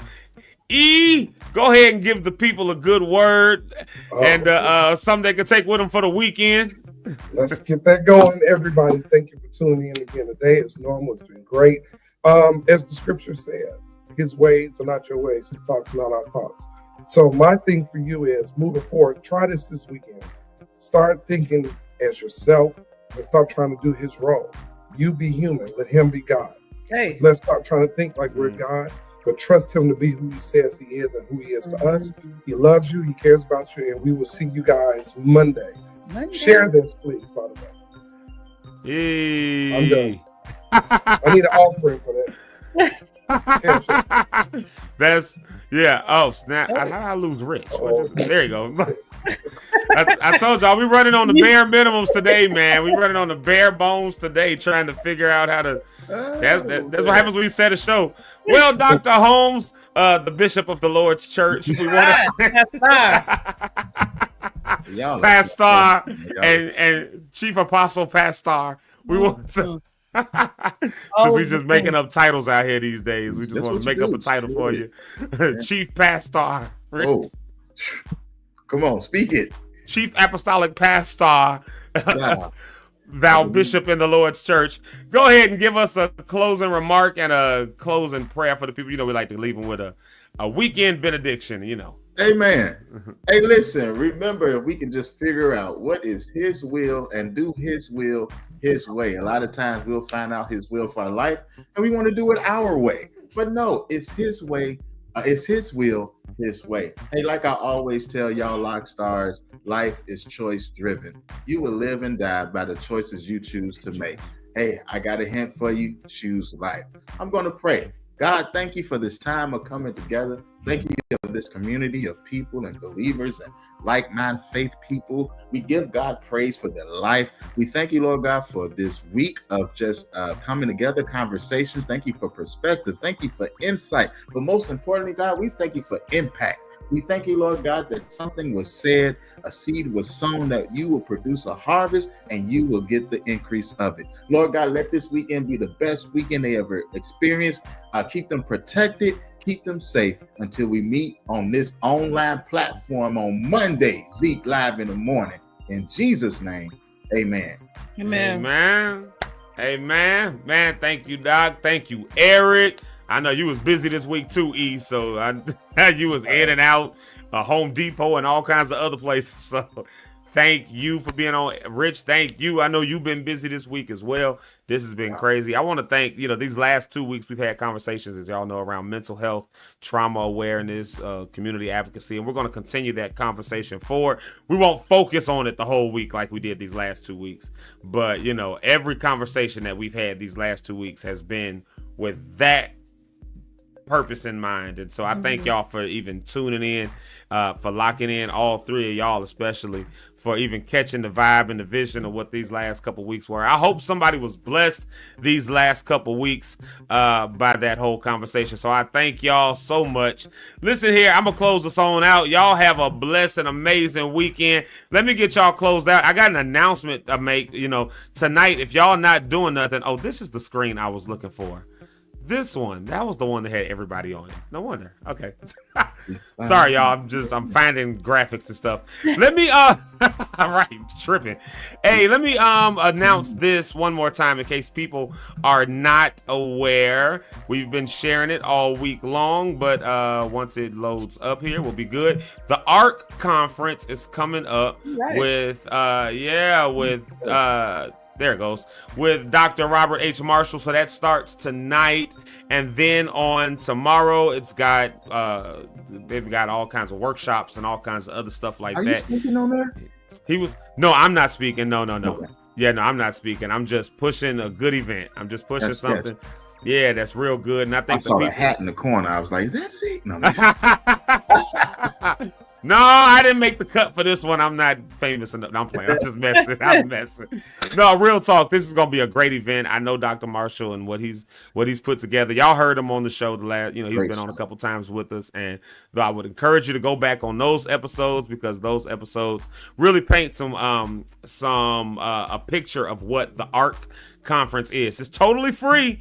Get on and register. You can get on there. It's here in the Chicago area, so if you're not in the Chicago area, obviously you can't come. But if you're in the Chicago area, I won't say obviously you can't come. There might be some rich listeners who want to sponsor this show. Speaking of sponsors, right? Hey, and you might want to sponsor Rhonda on the Rocks as well. Please. So you might not be in the Chicago area, but you can be here by tonight. So there's some people who are rich enough to get from like LA to Chicago tonight, with no prior thoughts about it. So that person, I'm saying, come on from LA and come on over here to the ARC conference. It's totally free to you, and we're talking, they're talking about how to heal from all that kind of stuff. So you definitely want to be a part of that. And then I want to throw one more announcement up there. I hope y'all don't think I'm holding y'all hostage. Y'all can log off when you want to. I was just hanging on to y'all for a minute because I ain't feel like finding my solo screen. I want to put this one up there as well. Live Free Illinois. Y'all know I work with that organization on Thursday, a week from yesterday. So on this coming Thursday, April the 10th, all right, we're going down to Springfield. We're advocating for Community Healing Resource Center Network. Woo! We're advocating for ending permanent punishments. And let me tell you, we're not just going down there making a whole bunch of noise and storming the Capitol and doing stuff like that.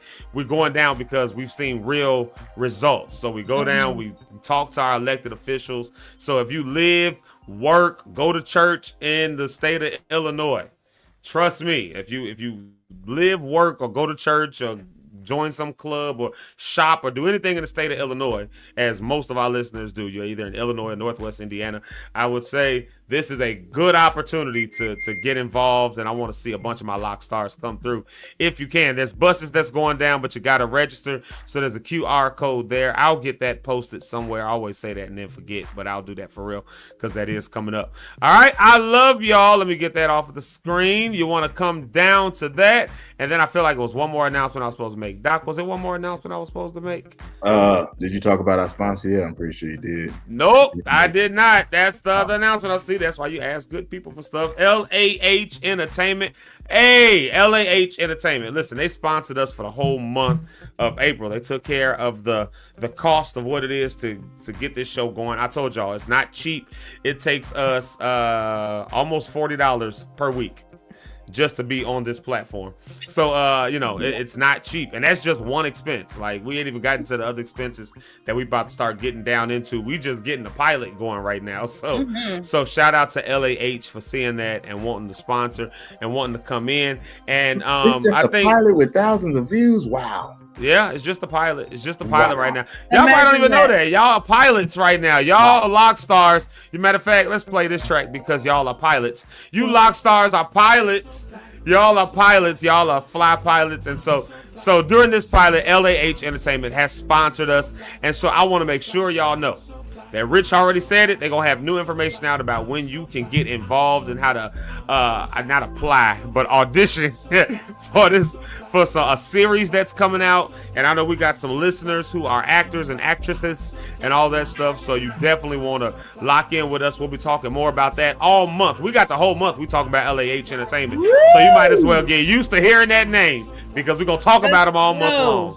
Yeah, we are out here and we are out of here. I got stuff to do. So I love y'all. Rhonda, Rich, Eric, I appreciate each of y'all. Miss Ursula Ellis, thank you for being here. This is the comment we was looking for right here.